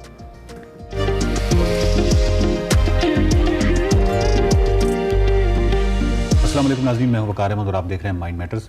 मेरे साथ सैयद मेहदी बुखारी साहब मेहमान हैं और सैयद मेहदी बुखारी साहब की वो तस्वीर जिन्होंने पाकिस्तानी सियाहत और न सिर्फ उसके फ़रोग में उनका अमल दखल है, बल्कि बुखारी साहब ने जो इंटरनेशनल फ़ोटोग्राफ़ी की है वो भी बहुत कमाल है और आलमी पजीराई उनको हासिल हुई। और ऐसी ही बहुत सारी कमाल तस्वीर के साथ हम हाजिर होते हैं, क्योंकि हर तस्वीर के पीछे कोई ना कोई इंटरेस्टिंग, कोई ना कोई दिलचस्प कहानी होती है। और जब हम तस्वीर देख रहे होते हैं, हमारे वहम गुमान में नहीं होता कि फ़ोटोग्राफ़र जो है किन मामलात से और किन हालात से और किन चैलेंजेस से गुजर के उसने ये तस्वीर उतारी है। बुखारी साहब के साथ आज जिस तस्वीर का हमने इंतखाब किया है, ये बुर्ज अल खलीफा दुबई की बहुत ही खूबसूरत एक तस्वीर है और इसका जो कंट्रास्ट है नीचे, यानी ब्लूइश जो इसका जो स्काई है और उसके बाद नीचे जो कलर्स हैं वो कमाल कंट्रास्ट है, बहुत ही खूबसूरत तस्वीर है। इसकी जो टेक्निकल डिटेल्स हैं वो इस वक्त आपको नज़र आ रही हैं। टेक्निकल डिटेल्स के अलावा ये तस्वीर खींची कैसे गई, उतारी कैसे गई, ये कहानी बुखारी साहब ही सुनाएंगे। तो बुखारी साहब, ये जो तस्वीर है इसकी क्या कहानी है? इसकी कहानी ये है कि मैं चाहता था शेख ज़ैद रोड की तस्वीर ली जाए। अच्छा। ड्रोन की परमिशन दुबई में नहीं होती। अच्छा। अब इस तरह की तस्वीर लेने के लिए आपको किसी भी हाई एल्टीट्यूड बिल्डिंग के टॉप पे जाना है ताकि ऊपर से आप नीचे का मंजर ले सकें। और दुबई में सारी बिल्डिंग्स के टॉप क्लोज हैं, सिक्योरिटी रीजंस की वजह से लोगों को एक्सेस नहीं दी जाती। वैसे भी वहाँ पे आउटर यूनिट रखे होते हैं, वहाँ पे खड़े होना जहन्नम जैसा होता है क्योंकि सारी बिल्डिंग के आउटर यूनिट टॉप पे। लेकिन चूंकि मुझे ये तस्वीर लेनी थी, अब वो जो कॉर्नर पे बिल्डिंग थी, मैं वहाँ पे गया, उसके सिक्योरिटी इंचार्ज को कहा, उसने खैर कुछ मोहब्बत की, उसने मुझे भेज दिया। बंगाली था, मुझे ऊपर टॉप तक छोड़ के आया और कहता है कि अब मैं इसको कर जाऊंगा लॉक और आपके पास 1.5 घंटा है, आपने जो फोटोग्राफी करनी है करें, उसके बाद मैं आपको लेने आऊंगा। मोहब्बत कितने में पड़ी आप? मोहब्बत 300 दिरहम में पड़ी। मोहब्बत की बहुत सारी ताबीरात हो सकती है, मैं चाहता हूँ। मोहब्बत 300 दिरहम में पड़ी। अच्छा, खैर वो चला गया लॉक करके। अब जैसे ही मैं कैमरा लगा के खड़ा हूँ तो मुझे लगा झटका आया ज़लज़ले का। मैं बैठ गया हूँ। अब ज़मीन पे बैठा हूँ तो मुझे लगे कि हल्की हल्की बिल्डिंग झूल रही है, ज़लज़ला, अरताश ज़लज़ला। डर के मारे मैंने दरवाज़ा पीटना शुरू कर दिया, खोलो। अब वो कहाँ खोले, उधर तो है ही, वो चला गया। वो मैं पीटता रहा, मैं चीखता रहा टॉप पे, अपना उधर कोई जाए ना आए। बाकायदा पैनिक हो गए थे? पैनिक हो गया। पैनिक मतलब ये कि मुझे लगे कि वो वाकई था, अरताश था बिल्डिंग में। अब जब आप बेबस हो जाते हैं तो आप क्या कर सकते हैं। मैं फिर बैठ गया, फोटोग्राफी तो मुझे भूल गई, मैं बैठ गया वहाँ पे दरवाजे के साथ चीखने चलाने। फिर मैंने फैसला कर लिया, मैं कहा यार जो होना है ना वो होना है, डरने का फ़ायदा नहीं। काफ़ी देर मैं बैठा रहा। जब काफ़ी देर बैठा रहा तो मुझे लगा कुछ थम गया। मैं खड़ा हुआ, मैंने सारे सेंसेस मेरे चुकन्ने थे, मुझे लगा थम गई है ना इमारत। मैंने कहा यार अब थम गई है, जो ज़लज़ला था ना वो गुजर गया, अब तस्वीर लो। ये तस्वीर ली। जैसे ही वो वापस आया ना, मैं उसको पढ़ गया, तुझे पता नहीं ज़लज़ला आ रहा था, तू एक बंदा ऊपर ला करके चला गया। मुझे कहता शॉप कौन सा ज़लज़ला? मैं कहा यार ज़लज़ला नहीं आया। कहता शॉप आप पहली दफ़ा आया। जितनी भी 120 फ्लोर से ऊपर की इमारतें हैं ना, स्टील के स्ट्रक्चर की वजह से, जो जब टॉप पे आप कोई भी पहली दफ़ा आता है उसको फील होता है कि वो हिल रहा है। ये आप कहीं भी चले जाएंगे आपको फील होगा।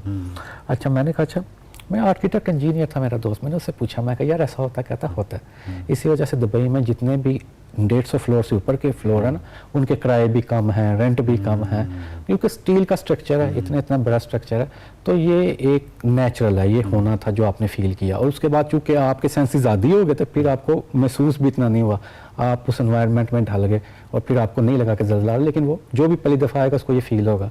तो ये तकरीबन 1 घंटा तो मैं उधर बैठ के रोता रहा था। उसके बाद ये तस्वीर आई थी। तो जो आपने शटर स्पीड ऑफ कोर्स बहुत ज़्यादा स्लो इसमें की होगी, तो वो जो इरताश है वो उससे डिस्टर्बेंस नहीं हुई? नहीं, उससे नहीं हुई। मुझे ये लगता था वो इरताश इतना शदीद नहीं था कि वो कैमरे की मूवमेंट को हिला दे। वो आपको सिर्फ फील होता है कि जैसे आप झोल आ रहा है या आप ऐसे ऐसे हिल रहे हैं, ये स्लो शटर स्पीड है। और स्लो शटर स्पीड पे लेने का मकसद ये था कि जो ट्रैफिक है वो ब्लर हो जाए, गाड़ियों की जो आमदो रफ्त है वो ब्लर हो जाए और वो एक खूबसूरत सी ट्रेल बनाए, क्योंकि स्काई ब्लू है और अगर नीचे जो हेलोजन हेडलाइट्स हैं गाड़ियों की वो येलो ट्रेल बनाएंगी तो इस तस्वीर में कंट्रास्ट पैदा होगा और खूबसूरत लगेगी। ये तस्वीरों से एक मिलती जुलती तस्वीर वो DU टेलीकॉम ने फिर अपनी एडवर्टाइजमेंट के लिए मुझसे ली, क्योंकि उस तस्वीर में शेख ज़ैद के रोड्स बिल्कुल खाली हैं, यानी उन पे कोई ऐसा लगता है जैसे कर्फ्यू लग गया दुबई में, सारे रोड्स खाली हैं। और कभी भी ये मंजर किसी ने नहीं देखा, क्योंकि तो तसव्वुर ही नहीं पैदा, सवाल ही पैदा नहीं होता ना कि रोड खाली हो ये वाला। जो नहीं वो आपने कैसे, रोड कैसे खाली थी?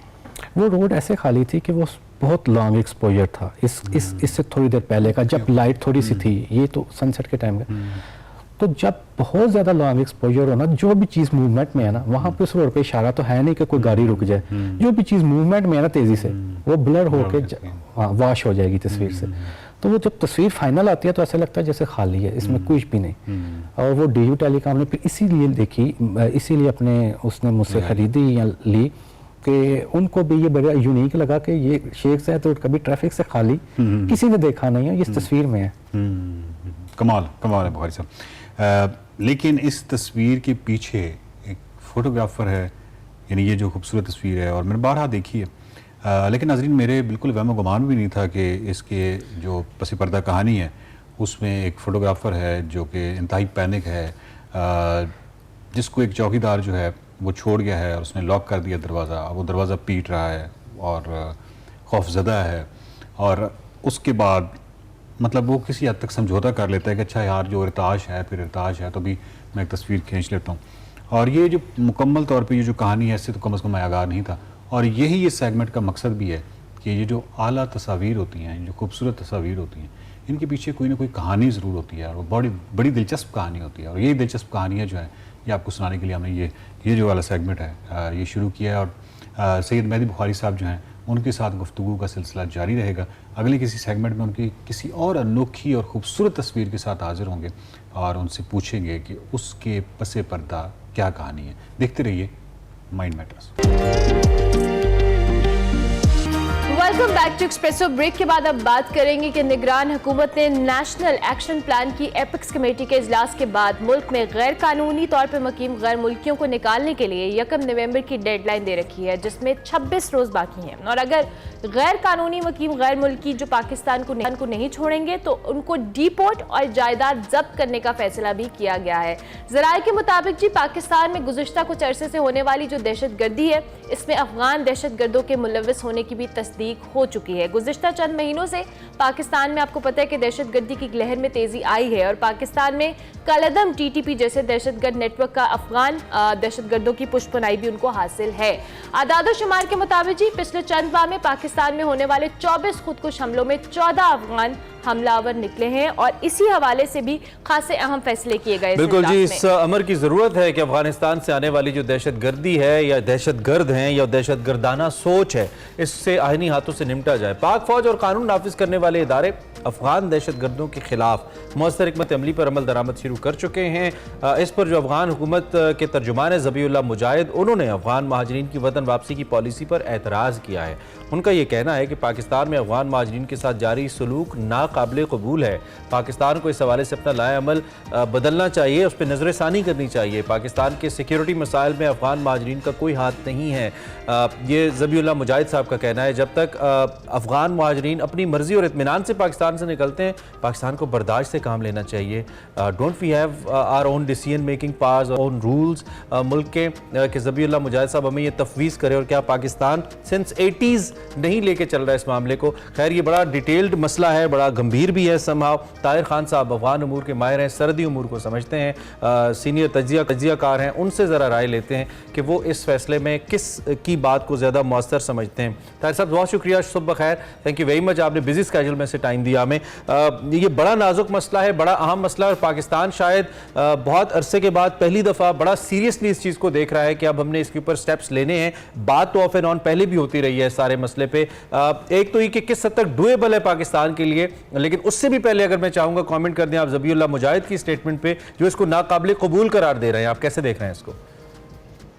बहुत शुक्रिया मुझे प्रोग्राम में बुलाने की।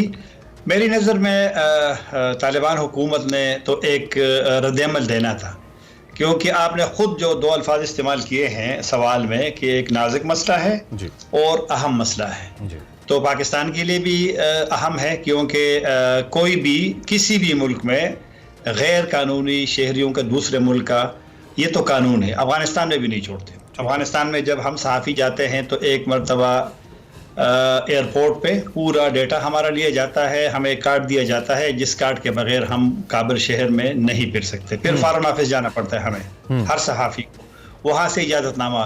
तो लिहाजा एक कानून है और हम उस कानून का एहतराम भी करते हैं। कभी हमने तो लिहाजा पाकिस्तान ने अगर फैसला किया है गैर कानूनी गैर मुल्कियों का, उसमें जो रजिस्टर्ड है तकरीबन 1.4 मिलियन 14 लाख, उसको कोई उसमें नुकसान नहीं पहुंच रहा।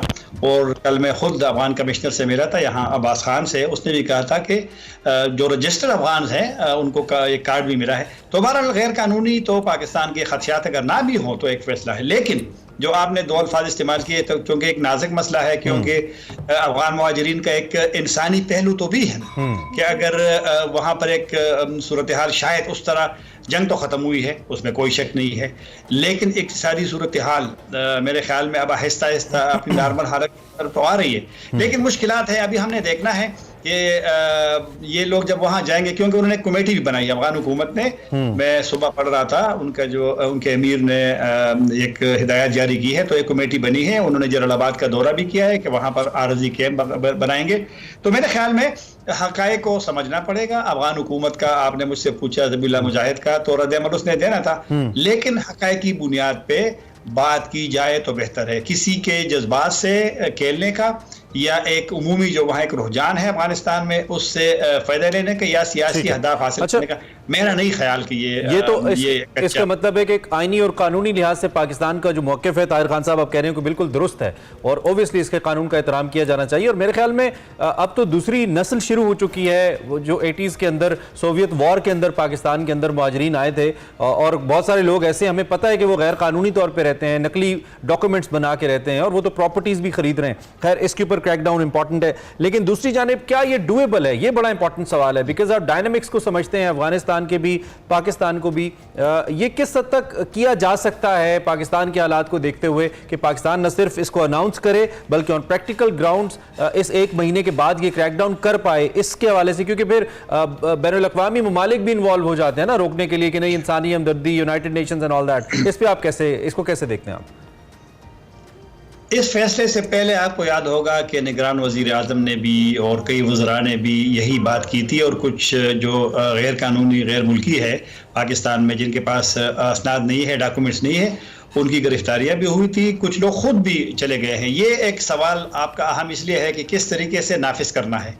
तो एपेक्स कमेटी के इजलास में मैं देख रहा था तो सारे जो चारों सूबे हैं उनके पुलिस सरबराहान भी थे, तो लिहाजा एक मैसेज तो चला गया, मैसेज अफगानिस्तान को भी चला गया, मैसेज यहाँ जो अफगान सफारत खाना है या कौंसलर जनरल है कराची में, क्वेटा में, पेशावर में, उनको भी एक पैगाम मिल गया है।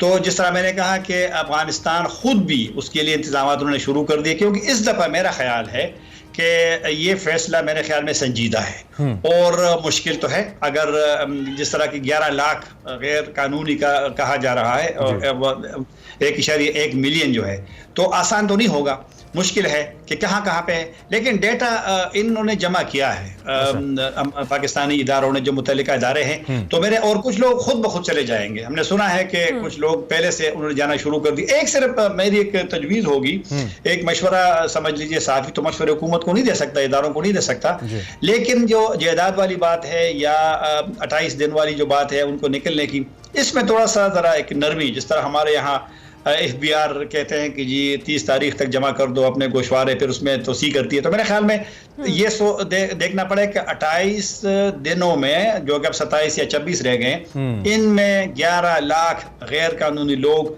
अफगान वापस कैसे जाएंगे, कैसे।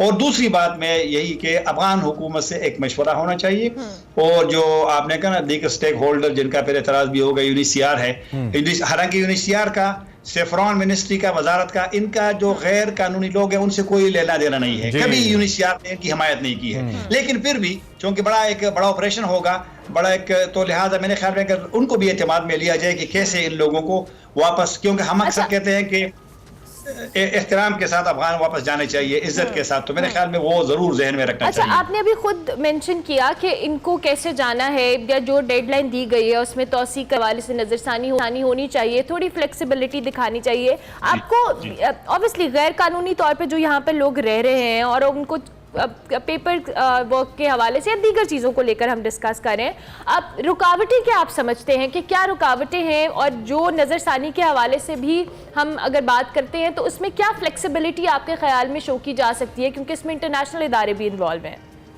जी नहीं, मैंने कहा इंटरनेशनल इदारे गैर कानूनी में नहीं है, सिर्फ वो एक सिंपैथी वाला और हमदर्दी वाला, और वैसे जो एक प्रेशर बढ़ जाता है सिर्फ उसकी तरफ करते हैं। गैर कानूनी का कौन सपोर्ट करेगा कि अगर किसी के पास पासपोर्ट ना हो, वीजा ना हो, वीजा हो एक्सपायर हुआ हो, पासपोर्ट एक्सपायर हुआ हो, उसको तो कोई सपोर्ट नहीं कर सकता ना। इसलिए तो मैंने कहा कि UNHCR तो ये सिंपैथी फैक्टर भी मैं जरूर आपकी राय चाहूंगा, जो कि अफगानिस्तान की हुकूमत हो, इवन तालिबान हो, और उनके कहीं क्रिकेट शायकीन हो, कहीं डिप्लोमेटिक हमारे साथ पाकिस्तान के साथ खड़े होने का मामला हो, अफगानिस्तान से कभी हमें कोई बहुत हौसला अफजा नताइज नहीं मिले हैं। इवन तालिबान की हुकूमत आने के बाद हम सिर्फ बॉर्डर मैनेजमेंट की जब बात कर रहे थे कि आप अपना बॉर्डर मैनेज करें, उससे पहले उनको हमारी फेंसिंग पे एतराज थे, फिर हमें मालूम है कि दहशतगर्दी के लिए अफगानिस्तान की सरजमीन इस्तेमाल हो रही है, पाकिस्तान के पास प्रूफ्स हैं, तो दे नेवर कोऑपरेटेड। तो क्या अब भी हमें हमदर्दी का एलिमेंट जहन में रखना चाहिए जब खुद हमारा हर शहरी तकरीबन $2.25 लाख का मकरूज है पाकिस्तान का? आपकी बात से मैं बिल्कुल इत्तेफाक करता हूं, और मैं अक्सर कहता हूं कि अफगान तालिबान को सोचना पड़ेगा कि अब वो एक जंगी ग्रुप नहीं है, अब वो हुकूमत में है, और अफगानिस्तान तकरीबन 4 करोड़ आबादी का, और 34 सूबे हैं अफगानिस्तान के, 4 करोड़ की लगभग आबादी है। तो लिहाजा उन्होंने अब मुल्क चलाना है, तो अगर वो उसके लिए तैयार नहीं थे तो अफगानिस्तान तो पाकिस्तान से बहुत पहले बना, वहाँ तो एक कानून भी था, अब वहाँ दस्तूर नहीं है, वहाँ पे आइन के बगैर अफगानिस्तान चल रहा है। उनको देखना पड़ेगा कि फॉरेन रिलेशन, ईरान की भी उनसे गिले शिकवे है। जब ईरान के साथ थोड़े से सरहदात पे मामला हुए थे तो उन्होंने कहा कि वहाँ पर तरबियत वाले लोग, कल चमन में किया हुआ। अब सबसे अफसोसनाक पहलू ये है कि कल चमन में उनके जो संतरी ने, उनके मुहाफिज ने जो फायरिंग की है हमारे साइड पे, तो उसमें 2 सिविलियन मरे गए, एक तो बच्चा है उसमें पाकिस्तानी और 14-15 साल का, एक बुजुर्ग है उसमें। तो अब अगर इस तरह लोग आप बॉर्डर पे लाएंगे जो मामला जरा, तो लिहाजा उनको सोचना पड़ेगा कि नज़ाकतें किया है। पाकिस्तान ने कभी अफगान मुहाजिरीन को तो टच नहीं किया ना, 11 लाख यहाँ सालों से रह रहे थे, 11 लाख गैर कानूनी की बात करता हूँ। वज़ीर दाखिला ने कहा कि पाकिस्तान में इस वक्त 4.4 मिलियन, तकरीबन 40 लाख और 40 लाख से ज्यादा अफगान यहाँ पर रह रहे हैं। तो लिहाजा उनको भी देखना पड़ेगा कि पाकिस्तान की क्या मुश्किलात हैं, और पाकिस्तान जो बार बार कह रहे हैं कि सिक्योरिटी के प्रॉब्लम है, उनको देखना पड़ेगा। तो लिहाजा हमदर्दी वाला एलिमेंट तो मैं तो कहता हूँ, लेकिन जो हमारे खदशात हैं उनको फिर कौन तवज्जो करेगा पाकिस्तान? बिल्कुल ठीक। और बैनुल-अक़वामी दुनिया अगर हमदर्दी के लिए हमारे पास आती है तो क्या बैनुल-अक़वामी दुनिया पाकिस्तान के साथ हमदर्दी कर रही थी? जब पिछले दिनों में हमारे prime minister he was literally begging, उन्होंने खुद कहा कि हमें नाक से लकीरें रगड़वाई IMF ने जब ये कर्ज की $1 अरब की किस्त देनी, तो क्या बैनुल-अक़वामी दुनिया ने भी ख्याल किया कि ये वो मुल्क है जो क्लाइमेट चेंज से, सैलाब से मुतासर हुआ है, हम इसको सपोर्ट कर दे, और आज हमारे जो अवाम है वो पिस रहे हैं महंगाई की चक्की में, तो इसका भी फिर बैनुल-अक़वामी दुनिया कुछ ख्याल करे ना? ताहिर खान साहब, थैंक यू वेरी मच, आपने कीमती वक्त निकाला, आप तशरीफ लाए, बड़ी अहम बातें आपने की। पाकिस्तान, एज ताहिर खान साहब सेट, कि इस दफ़ा ये बड़ा सीरियस डिसीजन हमें लग रहा है, और अगर इसके ऊपर अमल दरामद हो जाता है जैसे हम एक्सपेक्ट कर रहे हैं तो इसके बेहतर नताइज आ सकते हैं, खासतौर पर पाकिस्तानी मईशत के हवाले से। ब्रेक लेते हैं, ब्रेक के बाद वापस आते हैं।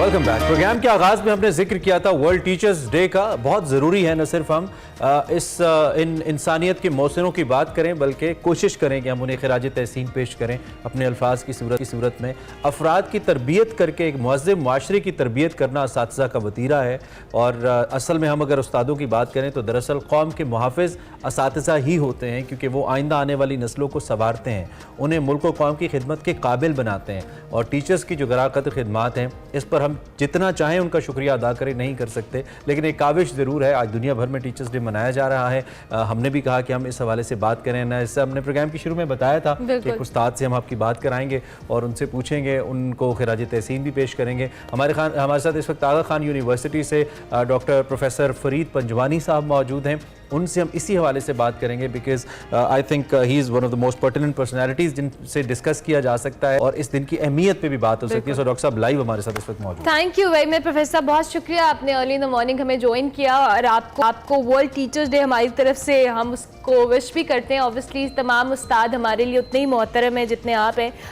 आज इस टीचर्स डे के हवाले से हम ज़रूर चाहेंगे आप बात का आगाज़ करें, फिर हम फर्दर उस्तातिज़ा के रोल के हवाले से बात करेंगे और आपके प्रोफेशनल करियर को लेकर कि आप 30 साल से ज़्यादा अपने सफ़र जारी रखे हुए हैं, तो आगाज़ में गुफ्तगू का आगाज़ कीजिएगा। जी, आपके तवसत से मैं भी तमाम टीचर्स को आज के दिन की बहुत मुबारकबाद पेश करता हूँ। जैसे आपने अपने तारुफ में कहा कि ये कौम के सही मुहाफ़िज़ होते हैं और इनकी जो काविशें हैं उनको जितना भी सराहा जाए बहुत कम है, क्योंकि बहुत मुश्किल हालात में ये टीचर्स काम करते हैं और इनको हमें सराहना चाहिए और इनकी काविशों को जितना हम एहतराम की नज़रों से देख सकें इतना हमारे अपने लिए और सबके लिए बहुत बेहतर है। No doubt. दुनिया में तो ऐसी मिसालें भी हैं डॉक्टर साहब कि अगर एक उस्ताद कहीं से गुजरते हैं तो वहाँ पे ट्रैफिक रोक दिया जाता है, लोग रुक जाते हैं, बड़ा एहतराम है। हमारे यहाँ भी अपने तई हम ये नहीं कह सकते कि बिल्कुल निगलेक्टेड है ये शोबा, ज़रूर इसकी अहमियत बहुत ज़्यादा हद तक मौजूद है, लेकिन मुझे यकीन है कि इसमें अब भी इम्प्रूवमेंट की बहुत गुंजाइश मौजूद है असातिज़ा को लेकर, और ख़ास तौर पे जो असातिज़ा का किरदार है उसको मज़ीद मौसर बनाने के हवाले से आप क्या समझते हैं, कहाँ कहाँ पे कुछ शॉर्ट कमिंग्स मौजूद हैं हमारे असातिज़ा की ट्रेनिंग्स को बेहतर करने के लिए, उनको मज़ीद मेन स्ट्रीम पे लाने के लिए और इस काबिल बनाने के लिए कि एक काबिल फ़ख्र प्रोफेशन हो, लोग सिर्फ नौकरी के लिए इस तरफ ना आए, लोगों को लगे कि ये एक काबिल इज़्ज़त प्रोफेशन है जैसे दुनिया भर के अंदर होता है। जी बिल्कुल दुरुस्त कहा आपने। देखिए, एक बच्चा जब दुनिया में आता है तो वो जिस्मानी लिहाज से तो एक इंसान होता है, लेकिन वो जहनी, सकाफती और इखलाकी लिहाज से इंसान नहीं होता। उसके लिए एक सफ़र करना पड़ता है कि आप एक जिस्मानी इंसान से इखलाकी, सकाफती इंसान बने। ये एक तालीमी सफ़र है और ये माशरे के लिए भी इतना ही सही है, दुरुस्त है जितना एक फर्द के लिए। और जो लोग ये सफ़र हमें कराते हैं, इसमें हमें हमारी मदद करते हैं, रहनुमाई करते हैं, हम उनको उस्ताद का, टीचर का दर्जा देते हैं। इसीलिए आप देखेंगे तारीख में भी और आज भी जिन कौमों ने अपने आप को इखलाकी तौर पर, सकाफती तौर पर और मुख्तलिफ अंदाज से बेहतर बनाया है, वो टीचर्स और टीचिंग प्रोफेशन की रिस्पेक्ट करते हैं। आपने बिल्कुल ठीक कहा, हमारे यहाँ भी आई थिंक इंडिविजुअल लेवल पर बहुत रिस्पेक्ट है। हम जो टीचर्स हैं, हमें जब बच्चे मिलते हैं अपनी सक्सेस के बाद भी मिलते हैं तो बहुत मोहब्बत से, बहुत एहतराम से मिलते हैं, बहुत पेरेंट्स भी रिस्पेक्ट करते हैं। वो अपनी जगह पर बहुत है और ऑफ कोर्स हमारी अपनी एक तारीख, मजहबी और तमद्दुनी तारीख भी इसकी बात करती है। जहाँ पर हमें शायद मजीद इम्प्रूव करने की जरूरत है उसमें इस पेशे को जेन्युइनली प्रोफेशनल बनाने की जरूरत है, सही, ताकि हम इस प्रोफेशन को भी उसी जगह पर ले जाएं जो डॉक्टर्स, इंजीनियर्स, नर्सेज और दूसरे प्रोफेशन, इसके लिए काविशें करने की जरूरत है। और जब हम ये कर सकेंगे और इस पेशे की जो सही मायनों में अहमियत है उसको समझेंगे तो आई थिंक इसका असर, क्योंकि ये कहते हैं कि this is a profession that gives birth to all other professions. Exactly, true true true. करेंगे तो खुद ब खुद आपके दूसरे प्रोफेशंस पर भी इसका मुस्बत असर आपको नजर आएगा। डेफिनेटली एक पॉजिटिव इम्पैक्ट आएगा। अच्छा प्रोफेसर, दूसरी जानिब हम आपके डिपार्टमेंट के हवाले से भी बात करेंगे। Institute of for education development के हवाले से अगर हम बात करें, आपका डिपार्टमेंट भी उस्तातिज़ा की ट्रेनिंग को लेके, एजुकेशन में डेवलपमेंट को लेके खासा काम कर रहे हैं। हम ज़रूर चाहेंगे इस हवाले से आप अपनी काविशों को, डिपार्टमेंट की काविशों को भी हमारे देखने वालों के लिए बताएं। जी जी बिल्कुल। So institute for educational development AKU IED Aga Khan university का एक ज़ैली इदारा है, एक कुलिया है, फैकल्टी ऑफ एजुकेशन है, और ये 1993 में बनाया गया, और ये यूनिवर्सिटी की मेडिसिन, हेल्थ, नर्सिंग के बाहर पहली काविश थी, पहला कदम उन्होंने लिया, जो बाज़ात खुद जाहिर करता है कि यूनिवर्सिटी के लिए और उनकी लीडरशिप के लिए तालीम के मैदान की कितनी अहमियत है। क्योंकि ये बहुत जल्द महसूस कर लिया गया था कि जब तक मुल्क के अंदर तालीम के मैयार को बेहतर नहीं किया जाएगा, दूसरी चीज़ों को बेहतर करना काफ़ी मुश्किल था। और हमने उस वक्त ये ख्याल किया कि बहुत सारी चीज़ें की जा सकती हैं तालीम के अंदर, लेकिन जिस चीज़ को बहुत ही कलीदी हैसियत दी गई वो टीचिंग प्रोफेशन था। क्योंकि आप देखिए अगर अच्छा टीचर होगा तो वो दरख्त के नीचे बैठ कर भी अच्छा पढ़ा सकता है। True. और अगर टीचर आपके पास ठीक ना हो तो आप air condition room full of technology भी बना दें तो भी शायद आप अच्छी तालीम न दे सकें। तो इस वजह से टीचर्स की एजुकेशन के ऊपर फोकस किया गया और इससे रिलेटेड जितनी भी चीज़ें उस पर काम किया। इन 30 सालों में हमने कोशिश की है, क्योंकि छोटा सा इदारा है, इसमें हमारे पास बहुत बड़ा इदारा नहीं है, लेकिन हमने कोशिश ये की कि उन चीज़ों पर काम करें जिसका बहुत गहरा असर हो। तो मिसाल के तौर पर हमने एक मास्टर्स प्रोग्राम शुरू किया जो आज भी एक मिसाली मास्टर्स प्रोग्राम समझा जाता है और पाकिस्तान में टीचर्स एजुकेशन का शायद नंबर 1 प्रोग्राम होगा। हमने उन चीज़ों पर काम किया जैसे ECD, इब्तदाई तालीम जो बच्चों, stem education, climate change education, educational leadership, out of school children, 25 million से ज़्यादा बच्चे बाहर हैं। तो उन चीज़ों के ऊपर हमने काम किया कि जहाँ पर मुल्क में एक सिस्टमेटिक चेंज की ज़रूरत है। और बहुत रिसेंटली आपको पता होगा कि सिंध गवर्नमेंट के साथ मिलकर हमने थोड़ी कोशिश की और सिंध गवर्नमेंट ने बहुत अच्छा इक़दाम किया है टीचिंग लाइसेंस को इंट्रोड्यूस। तो इस किस्म के काम हमने किए, तकरीबन 11,000 से ज़्यादा स्कूलों के साथ, 50,000 से ज़्यादा असातिज़ा और जो दूसरे तालीम में काम करते हैं उनके साथ कोशिश की है। लेकिन सबसे बड़ा मुझे ये लगता है कि क्योंकि आगा खान यूनिवर्सिटी ने एक इदारा बनाया तो उसकी वजह से तालीम के शोबे को एक एहतराम मिला।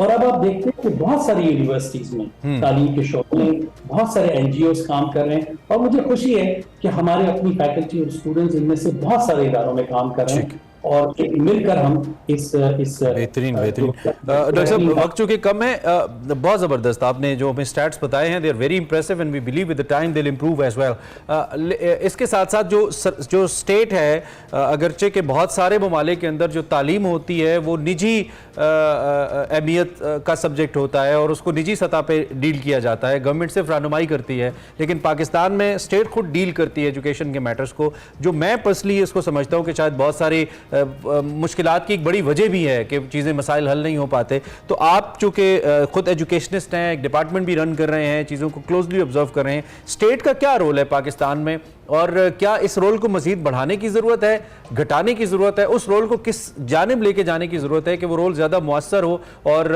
ओवरऑल मुल्क के सतह के ऊपर जो तालीम के मसाइल हैं उसमें बेहतरी आए? स्टेट का क्या रोल आप देख रहे हैं? मेरा ये ख्याल है कि एक्चुअली जहाँ जहाँ आपको अच्छी तालीमी निज़ाम मिलेंगे वहाँ स्टेट का बहुत रोल। आप इंग्लैंड देख लें, साउथ कोरिया देख लें, जर्मनी देख लें, फिनलैंड देख लें, स्टेट का पब्लिक एजुकेशन का बहुत बड़ा रोल है, क्योंकि तालीम अगर एक बुनियादी हक है और हम चाहते हैं कि तालीम को एक पब्लिक एजुकेशन के तौर पर हर बच्चे को दिया जाए, तो स्टेट का रोल बहुत ही इम्पोर्टेंट है।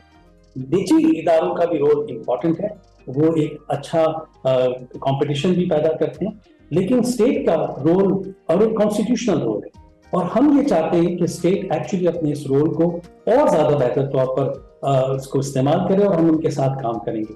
तो आई वुड एक्चुअली सजेस्ट कि स्टेट के साथ मिलकर और स्टेट को और स्ट्रॉन्ग करने की ज़रूरत है। बहुत ज़्यादा स्ट्रॉन्ग नहीं, सिविल सोसाइटी का रोल अपनी जगह पे बहुत अच्छा होना चाहिए, लेकिन इस वक्त पाकिस्तान में हमें एक्चुअली पब्लिक एजुकेशन को स्ट्रेंथन करने की ज़रूरत है ताकि पाकिस्तान के बच्चे के पास अच्छी एजुकेशन पहुंच सके। ठीक है, ठीक है। डॉक्टर साहब, अब ये भी आपसे जानना चाहेंगे, क्योंकि आपने खुद भी एज स्टूडेंट लाइफ गुजारी है, और जब हम स्टूडेंट होते हैं खुद, उस वक्त हमें टीचर्स की पोजीशन समझ नहीं आ रही होती है। बहुत से मामलात में हम टीचर्स को अपने तौर पे तनकीद का निशाना बनाते हैं, डिस्कस करते हैं, यू नो दैट राइट। और अब आप बीइंग टीचर खुद उस फेज से भी डेफिनेटली गुजरते होंगे, जब बाज़ औक़ात आपके स्टूडेंट्स इस तरह से, और फिर समझ भी आ जाती है इंसान को, क्योंकि उस फेज से गुजरते हैं। तो सर, ये ट्रांजिशन कैसी है बीइंग टीचर, आपकी लाइफ कैसी है? बिकॉज इस teachers day on a lighter and, आप कुछ भी अपनी लाइफ को लेकर कुछ भी आप बताना चाहें हमें। नहीं, ये बिल्कुल ठीक बात है आपकी, और हिस्टोरिकली भी स्टूडेंट्स टीचर्स को मजाक और तनकीद का भी नजर, लेकिन मुझे लगता है कि किसी न किसी मोड़ पर हर स्टूडेंट को ये एहसास होता है कि वो जो गालिब ने कहा ना कि आदमी को भी मुयस्सर नहीं इंसान होना, तो ये जो इंसान बनाने की काविश है, इसमें आई थिंक हर इंसान को ये एहसास हो जाता है कि टीचर ने बहुत बड़ा रोल प्ले किया है। तो मुझे जो सबसे ज्यादा खुशी होती है वो यही होती है कि कई सालों के बाद एक स्टूडेंट आता है, वो रिकग्नाइज करता है, वो कहता है सर आपने हमें किसी जमाने में पढ़ाया था, और कोई एक छोटी सी चीज जो याद करते हैं, तो वो बहुत ज्यादा खुशी देती है, और आई थिंक वही जिंदगी का मकसद भी फिर बन जाता है। Definitely, definitely. Thank you very much professor साहब, बहुत शुक्रिया आपके वक्त का, और एक बार फिर से हम सबकी तरफ से आपको उस्तातिज़ा का आलमी दिन मुबारक हो। और आज के दिन के हवाले से जिस तरह से आपने बेहतर अंदाज में एक्सप्लेन भी किया कि क्या ज़रूरत है इस वक्त, हमें किस तरह से अपने एजुकेशन सिस्टम को बेहतर करना है, और इस प्रोफेशन को एज अ प्रोफेशन आप एक्सेप्ट कराना सोसाइटी के अंदर, और किस लेवल के ऊपर कराना, इट्स वेरी इंपॉर्टेंट। हमारे साथ प्रोफेसर साहब मौजूद थे, वर्ल्ड टीचर्स डे के हवाले से हम बात कर रहे थे। अभी हम ब्रेक लेंगे, ब्रेक के बाद वापस आएंगे। आप देखते रहिए Expresso. Welcome back to Expresso. अब हम जाएंगे किचन में, जहां अहमद का पीनट बटर और कुछ क्रीम चीज तैयार हो गया। अहमद, कहां तक पहुंचा है? देखिए, पीनट बटर हमने रेडी कर लिया। ओके। और पीनट्स को सबसे पहले हमने रोस्ट किया था, उसके बाद स्टेबलाइजर के जो स्टेबलाइजर यूज किया हमने वो हनी है, शुगर नहीं यूज की, क्योंकि वो वाटर छोड़ती है और उससे जो है शेल्फ लाइफ वो कम हो जाती है। अच्छा। तो बटर थोड़ा सा 1 टेबलस्पून हमने बटर यूज किया, उसके बाद हमने इसको ग्राइंड कर लिया। तो ये हमारा पीनट बटर रेडी हो गया। अब हम क्रीम चीज रेडी करने जा रहे हैं। समटाइम दूध भी खराब हो जाता है घर में, जो उसके कर्डल से बन जाते हैं, तो वो अगर बन जाए तो आप वेस्टेज कंट्रोल वो भी यूज कर सकते हैं। ठीक है। ये मैंने वो ले लिया। इसके अंदर मैंने 3 टेबलस्पून ऑफ वाटर डाला है। ओके। पिंच ऑफ सॉल्ट डालेंगे, और लेमन जेस्ट था मेरे पास ना, ये मैंने डाला है। Okay. And 25 grams of butter. ठीक है, 25 ग्राम्स ऑफ बटर ऐड किया। ठीक है, मैंने ऐड किया, और अब जो है मैं इसको ग्राइंड कर लूँगा। ठीक है। साथ साथ इसकी कॉस्ट एफिशिएंसी डिस्कस करते जाएं हम। कॉस्ट एफिशिएंसी जो है वो साइलेंट रहे हम। कॉस्ट एफिशिएंसी काफ़ी कम है। अच्छा। कंपैरेटिवली मतलब 10 टाइम्स कम है। मतलब कॉस्ट एफिशिएंट है, कॉस्ट एफिशिएंसी जी बिल्कुल। ठीक है, ग्राइंड हो रहा है जी।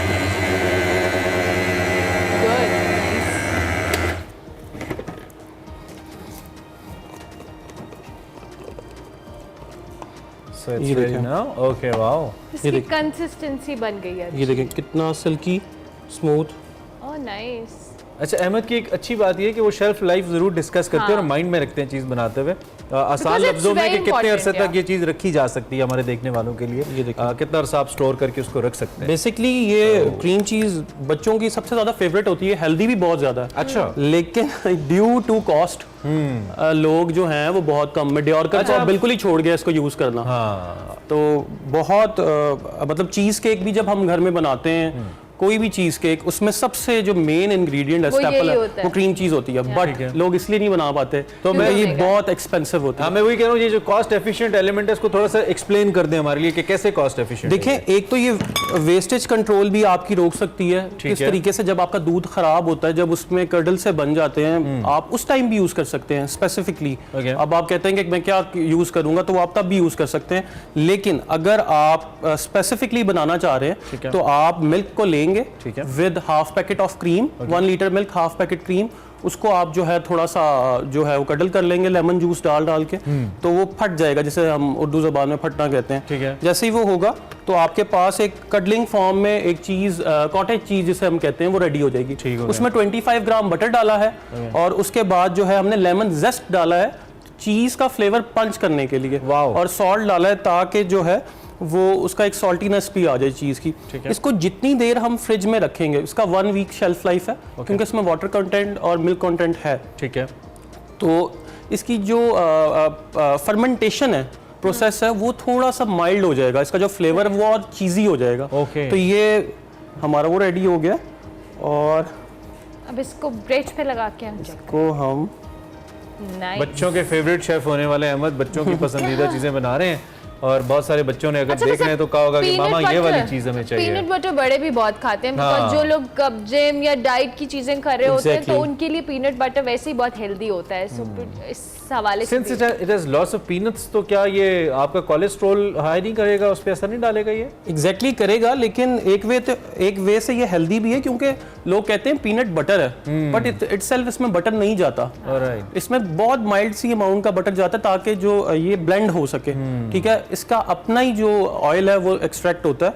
उसके बाद आप आलमंड बटर भी बना सकते हैं, कैश्यू नट बटर भी बना सकते हैं, pine nut butter. Recipe same रहेगी। एग्जैक्टली, रेसिपी सेम रहेगी। सिर्फ आप ड्राई फ्रूट चेंज कर सकते हो, सर पीनट्स की जगह आप आलमंड्स डाल सकते हैं। ये हम इसके ऊपर अच्छा सा प्रेजेंटेशन कर रहे हैं इसकी अहमद, ताकि लोगों का इंटरेस्ट भी डेवलप रहे और खाने में प्रेजेंटेशन अच्छी हो। मैं तो ऑफर आपको कहा है कि अहमद से मिलकर हम एक्सप्रेसो की जार्स में इसको सेल आउट करते हैं, लेकिन बाकी ब्रांड्स हमारे मुखालिफ होते हैं। Business idea but often doesn't work in Pakistan. बहुत महंगी चीजें हैं। वाओ यार, ये चंकी पीनट बटर है। Oh my very Chunky. और नाजरीन, आपको ये सुन के और भी बुरा लगेगा कि हम खाएंगे, आप नहीं खा सकते। जो ही प्रोग्राम खत्म होगा तो हम वहाँ पहुँच जाएंगे। और इसके ऊपर बनाना का फ्लेवर जो इनहैंस करता है वो पीनट्स करते हैं। Okay, very nice.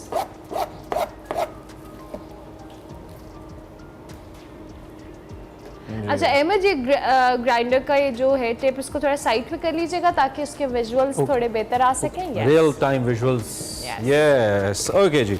साथ साथ अहमद, जिन लोगों ने हमें अभी ज्वाइन किया, जरा मुख्तसर लेकिन क्विकली बता भी दीजिए, इसको रिवाइंड कर दीजिए। हमने आज बनाया है पीनट बटर, जो कि घर में बड़े हेल्दी वे से बना सकते हैं, और बनाया क्रीम चीज़। ठीक है, क्रीम चीज़ को हमने बेसिकली दूध को फाड़ा, उसके बाद हमने इसको ग्राइंड किया विद लेमन जेस्ट एंड बटर। उसके बाद हमारे पास जो हमने पीनट बटर बनाया है वो हमने पीनट्स को लिया, उसको ब्लेंड किया with 1 tablespoon of honey and pinch of salt. Okay, और now it's ready. Final presentation, final shot दिखा दिए जी हमने। जी दिखा दिया। मुंह में पानी आ गया हुआ है सबके। बेशक। Now we can simply sign. Ahmad, thank you very much. Always आप बहुत जबरदस्त किस्म की रेसिपीज के साथ आते हैं, आसान भी होती हैं और सबसे मजे की बात कॉस्ट एफिशिएंट होती हैं, कम खर्च, बाला नशी के अलमबरदार हैं हमारे शेफ अहमद, और looks beautiful, I believe delicious at the same time. हम टेस्ट करके जरूर अपना फीडबैक आप तक पहुंचा देंगे। Thank you very much for watching the show. Once again wishing you a very good day. हम साइन आउट करेंगे, इंशाल्लाह आपसे मुलाकात होगी कल। अल्लाह हाफिज़। अल्लाह हाफिज़।